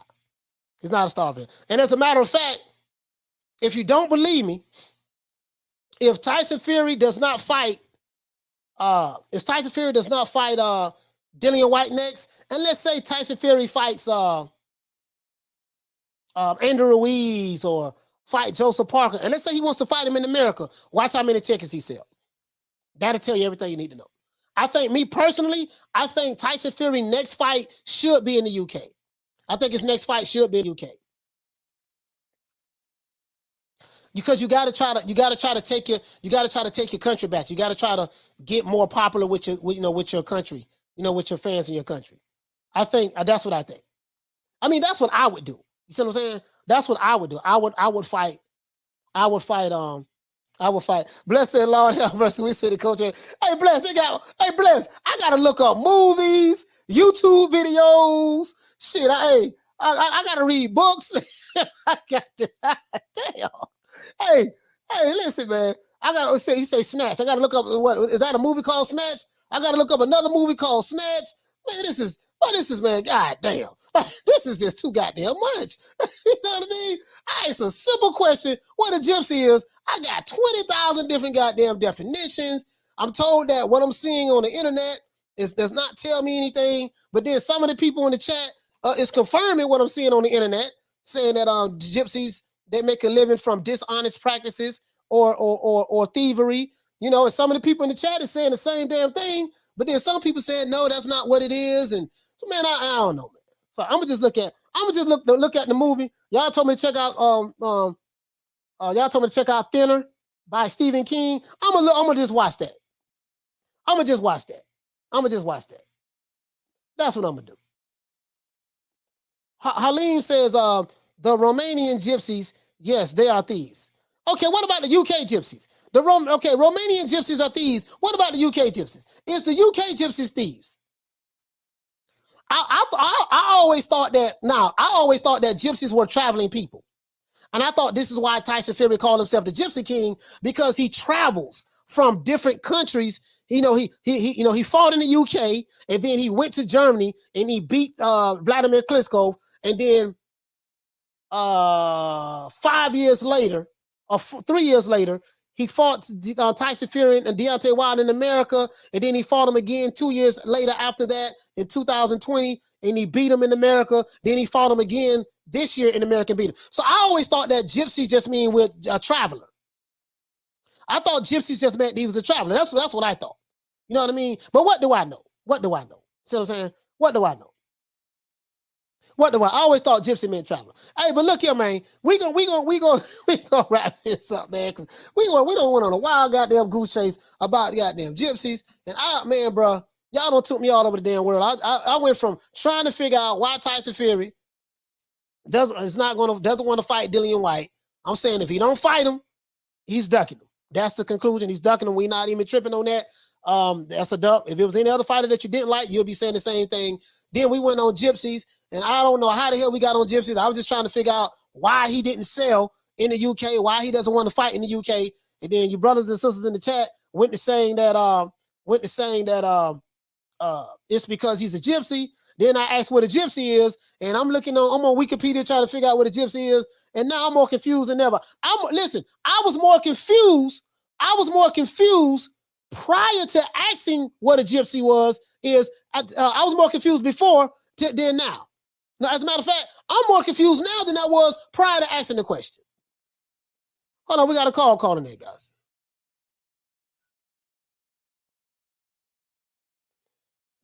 Caller, what's your name? Where you calling from? What's up, Coach? It's X-Shay Forum. X-Shay Forum, what's going on, fam? What the link read, man? How's it going? What you got for me, man? What you got for me? Can you help me out? Listen. There's this movie by this director that I love. That's why I know this. There's a director. His name is Guy Ritchie. And he has a movie called Snatch. So basically, he calls himself a gypsy. He calls himself a gypsy because he's part of a group called Irish Travelers. Okay. But the gypsies that everybody is thinking of, those are different types of gypsies. Those are called, I think, Romani gypsies. Okay. Like Romani. But the Irish Travelers, they live in caravans and they travel all around the UK, like all around Ireland, all around England, and they live in caravans. So what you see in the movie is that people call them gypsies and jippos and stuff as an insult. Okay. So back in the day, they used to call them gypsies to like a bad word, like to demean them, like to insult them. But nowadays, they just take that up and call each other gypsy. You know what I mean? Like they just start calling each other that, if that makes sense. Oh, okay. All right. Yeah. They're not really gypsies. I mean, they are because they live in caravans, but they just call each other gypsies. But they're not like the real gypsies. You know what I'm saying? Oh, so he a fake gypsy. Yeah, I mean, to that, if you ask them, they're gypsies. Okay. But they're not related to the ones with the palm readers and the you know what I'm talking about. The palm reader, like in the movies. Yeah, okay, I got you. Man, hey, Shay, thank you so much for calling in, man. Thank you, brother. This is so funny listening. I'm done. But that movie is you're gonna love that movie. You're gonna, because it's about fighting. It's about bare knuckle fighters. Yeah, I'm gonna check that out. I'm gonna definitely check that out. Yeah, you'll love that movie. I'm gonna check that out. All right, thank you. Shout out to A-Shay Forum, man. Hey, thank you for helping me out, man. God damn, bro. I'm dying. Y'all got me, man. Like, what the hell? Anyways, man, let's get off this gypsy stuff. Let's get off this. I don't know who the real gypsy, who the fake gypsy. I'm gonna look at the movie, and after I see the movie where it's snatched, and there's another. I'm gonna look at that movie and another movie called Horsehairs, and Gypsy Horsehair. I'm gonna look that up, and then I'm gonna come to my conclusion what a gypsy is. That's what I'm gonna do. How about that? Nick Rich says, it's a fake gypsy like Lady God. But y'all need to cut that out. Hey, bro, Y'all is brutal in this chat, man. I'm trying to listen. I'm honestly trying to figure out what, bro, y'all, man. What y'all?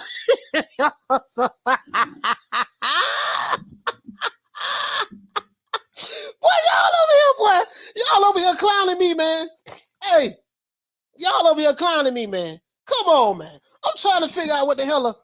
I'm trying to figure. Oh yeah. Well, I gotta watch the other movie called Thinner by Stephen King. I'm trying to figure out what a gypsy is, and y'all over here clowning the old boy. And the C said they would try to scare you out of money, and if you don't fall for it, they would scream at you and threaten you to pay them money. They weren't able to scam if they wasn't able to scam out of you. It's a fun experience. I'm just saying, you know what I mean? He says it's good to switch lanes every now and then. Yeah, I'm just, I'm trying to get to the bottom of it. You know what I mean? So I don't be lost in the sauce. Egg say, yeah, but Egg say explained it pretty good. He explained it pretty good. So, but he said they're not a real gypsy. So Tyson Fury claiming fame off the gypsy's name. Hey, he said you can go watch it. He said you can go and watch your funeral on YouTube. But y'all need to cut. But y'all, boy, what's wrong with y'all? Bruh. Hey, Halim says, not Romanian people. They're originally from India. Oh, well, shit, them the real gypsies then. So that means Tyson Fury ain't no gypsy? He ain't no gypsy, man. He might be a traveler, but you can say I'm a traveler, but he ain't no real gypsy then. He said, I love the chat. We don't stop. Hey, I'm just saying, is it safe to say that he's not a real gypsy? How about that? How about that? Is it safe to say that Tyson Fury is not a real gypsy? The real gypsies, he claiming fame off the gypsy's name. Is it safe? Is it safe to say that? Hey, he said Fury is guilty of cultural appropriation. Southside say, read the commandments, coach. Southside bossing. He said, read the commandments. I'm just saying, bro. Boy, y'all killing me, boy. Southside said, read the commandments. Boy, hey, listen, man. Listen. I'm confused in the motherfucker. Hey, let me get out this shit. I gotta go smoke some weed now, man. Hey, I gotta go smoke some weed now, but y'all got me confused in the motherfucker over here, man. He ain't no real, so he ain't no real. Hold on, man. This man ain't no real gypsy, man. That's some bullshit. Hold on, man. So Fear ain't no real gypsy? Oh, come on. Hey, listen. He said Fear is a con man and a liar. He is a gypsy according to the deputy. Oh. I ain't blessed. All that, man. Cut it out. No, man. He ain't no real gypsy then. No, all jokes aside, he ain't no real gypsy. He can't be no real gypsy according to shit. He can't be no real gypsy. You see what I'm saying? Like I don't know, man. But let me look it. Let me. I'm gonna look it up. I'm gonna go look at the movies, man. Fuck it. Y'all got me on a mission now. Now I'm determined. I'm the type of dude like this here. When something is on my mind and I need to get to the bottom of something, I am determined to find out the truth. So I'm gonna go watch these movies. I ain't gonna watch both of them today, but I'm gonna maybe look at one of them. That's what I'm gonna do. Anyway, let's wrap this show. Let's give everybody a round of applause. Man, y'all got me, man, my head hurting. I'm looking every which way. I'm rubbernecking. I don't know what the hell is what. What's up and what's down now. Shit, shout out to Andy C. The stickiest of the icky. You want to smoke with the old boy Rick James? Hey, shout out to Andy C. Hey, okay. Shout out to the Queen Bless 365. Hey, okay. Shout out to the Queen Nick Rich. Shout out to the Queen Arlette. Hey, okay. Shout out to the Queen Lisa Bells. Hey, okay. Shout out to ADD. Shout out to the Stuart Dials. Shout out to Light Walker. Shout out to my main man. Shout out to my brother who called in. Shout out to Arthur Hawkins from Maryland. Hey, okay. Shout out to Corey from Texas. Hey, okay. Shout out to Egg Shape Forum. Hey, okay. Let's see, man. Who else? I think that's it. I think we didn't have that many calls in today. Yeah, man. Y'all got me. Let me get off this gypsy shit. This shit got my head hurting. Finna go smoke me some of this good green now, man, because I haven't smoked in like 3 days. So I'm finna smoke some good green right now, man. And shout out to George H. Hey, okay. Shout out to Texas Made. What's going on, my brother? Hey, okay. Shout out to Paul CX. Hey, shout out to Wizard Sleeve. Hey, shout out to Halim. Hey, okay. Shout out to everybody who tried to teach me what a gypsy is. I'm still confused. Shout out, it's foul play. Hey, shout out to Rod Rib Show. Shout out to the Queen Bless 365. Shout out to Easy Dimes. Shout out to Akon. Shout out to Egg Shake Forum once again. Shout out to the Queen Arlette, Nick Rich. Shout out to Ahmed. Shout out to Andy C. Shout out to LC. Shout out to Joey Chaz. Shout out to let's see who else we have. Shout out to Anthony Rubio. Shout out to Kern. Kern, what's going on? See, this brother, he'll say palm reading is witchcraft. Don't participate in that. Hey, listen, I had my palms read back in 94. Back in 94, I had my palms read. I'm not gonna lie. By a lady who I used to call her my aunt, and another OG from a neighborhood named Cuban Bobby. Cuban Bobby read my palms one time too. Hey, he was spot on. Now I'm not gonna lie, Cuban Bobby was spot on. He was spot on what he told me. But I had to give him some information, so maybe he took the information I gave him and guessed it right. But yeah, he was spot on. Cuban Bobby. And the other lady who read my hand, I used to call my aunt, her name was Norma Jean. Norma Jean, that was her name. Both of them have passed away. Shout out to Lions Only. Shout out to Thomas Jones. Mad Dog H. Shout out to Kelly Malia. Shout out to the Queen Lil Green Eyes P. Shout out to the Queen Bless 365 once again. Shout out to Wizard Sleeve. Shout out to Thomas Cruz. Shout out to Light Walker. Shout out to Peter Von Arks. Shout out to let's see, man. Who else I got? Shout out to Ono2. Mad Dog H. Paul CX. Wizard Sleeve. Jeff Lucietta. Salute to you, fam. Yeah, I gotta do some. Shout out to my brother Wayne Love Peacock. Southside Boxing, what's going on, fam? You know what I mean? Let's see. Shout out to Southside Boxing. Shout out to Victor Torres. Let's see. Let's get down here to the bottom, and I think I got everybody. Jimbo Slice, what's going on, fam? Shout out to Ghost. Shout out to yeah, man, I gotta do some research. Shout out to my brother Halim. Shout out to my brother Arthur Hawkins. Anthony Rubio once again. Let's see. Anybody who was here earlier that I forgot, please forgive me. Shout out to Bush God Returns. Shout out to Schoolo X-Man. Let's see. Shout out to Loke. What up, Loke? Let's see. What we got, man. God damn, y'all all over the place, this gypsy shit. Let's see, man. Shout out to the Javi Go. For dropping that quarter of a bam dub on your boy. Hey, Leroy! Super chat received. Playtime's over, boy. Javi says, salute to the City of Angels. Salute to LA, man, Los Angeles, West Side. Salute to Lisa Bells and Jeff Lucietta and everyone in the chat. Yeah, salute to you, fam. Salute to you, my brother. Yeah, man, y'all, man. Man. Hey, shout out to my man Carl Hansen. For dropping that $7.99. Bam, super chat on your boy. Hey, Leroy! Super chat received. Playtime's over, boy.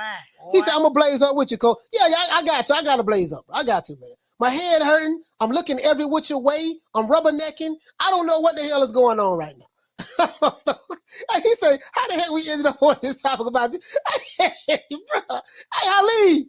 Hey, I gotta look at the replay of this show just to figure this shit out. Just to figure how the hell, bro. Listen, Haleen, I'm gonna tell you how we got here.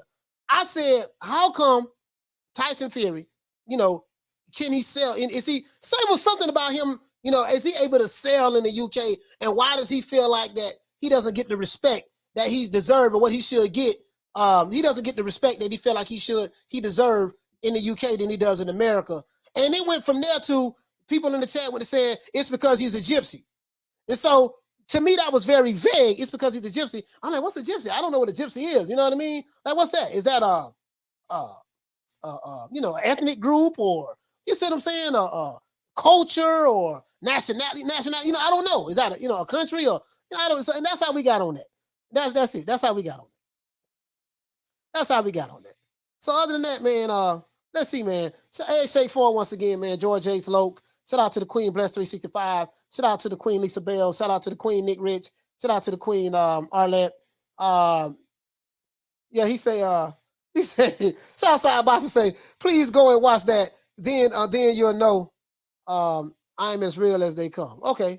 All right, we'll see. We'll see. Shout out to Bernard Burton, man. Shout out. We'll see, man. Let me go watch this movie, dog. I'm gonna go smoke some weed and watch this movie, and we gonna get back to this. We gonna get back to this. We gonna have part 2. We gonna have part 2 to this. I'm gonna smoke some weed, look at this movie, then we gonna have part 2 to this one day next week. Hey, check it out. We're gonna have my main man Rick Glazer on tomorrow. We're gonna talk about a lot of stuff as related to the sport of boxing. And this is what we're gonna talk about: pay-per-views. He's gonna be on for an hour. We're gonna ask him how the pay-per-view system works, how he was able to tabulate and come up with the fact that Tank Davis only sold 50,000 pay-per-view buys. Their pay-per-view was a flop. Why Showtime did not want to release these numbers when they released Jake Paul numbers in the past and Floyd Mayweather numbers and stuff like that.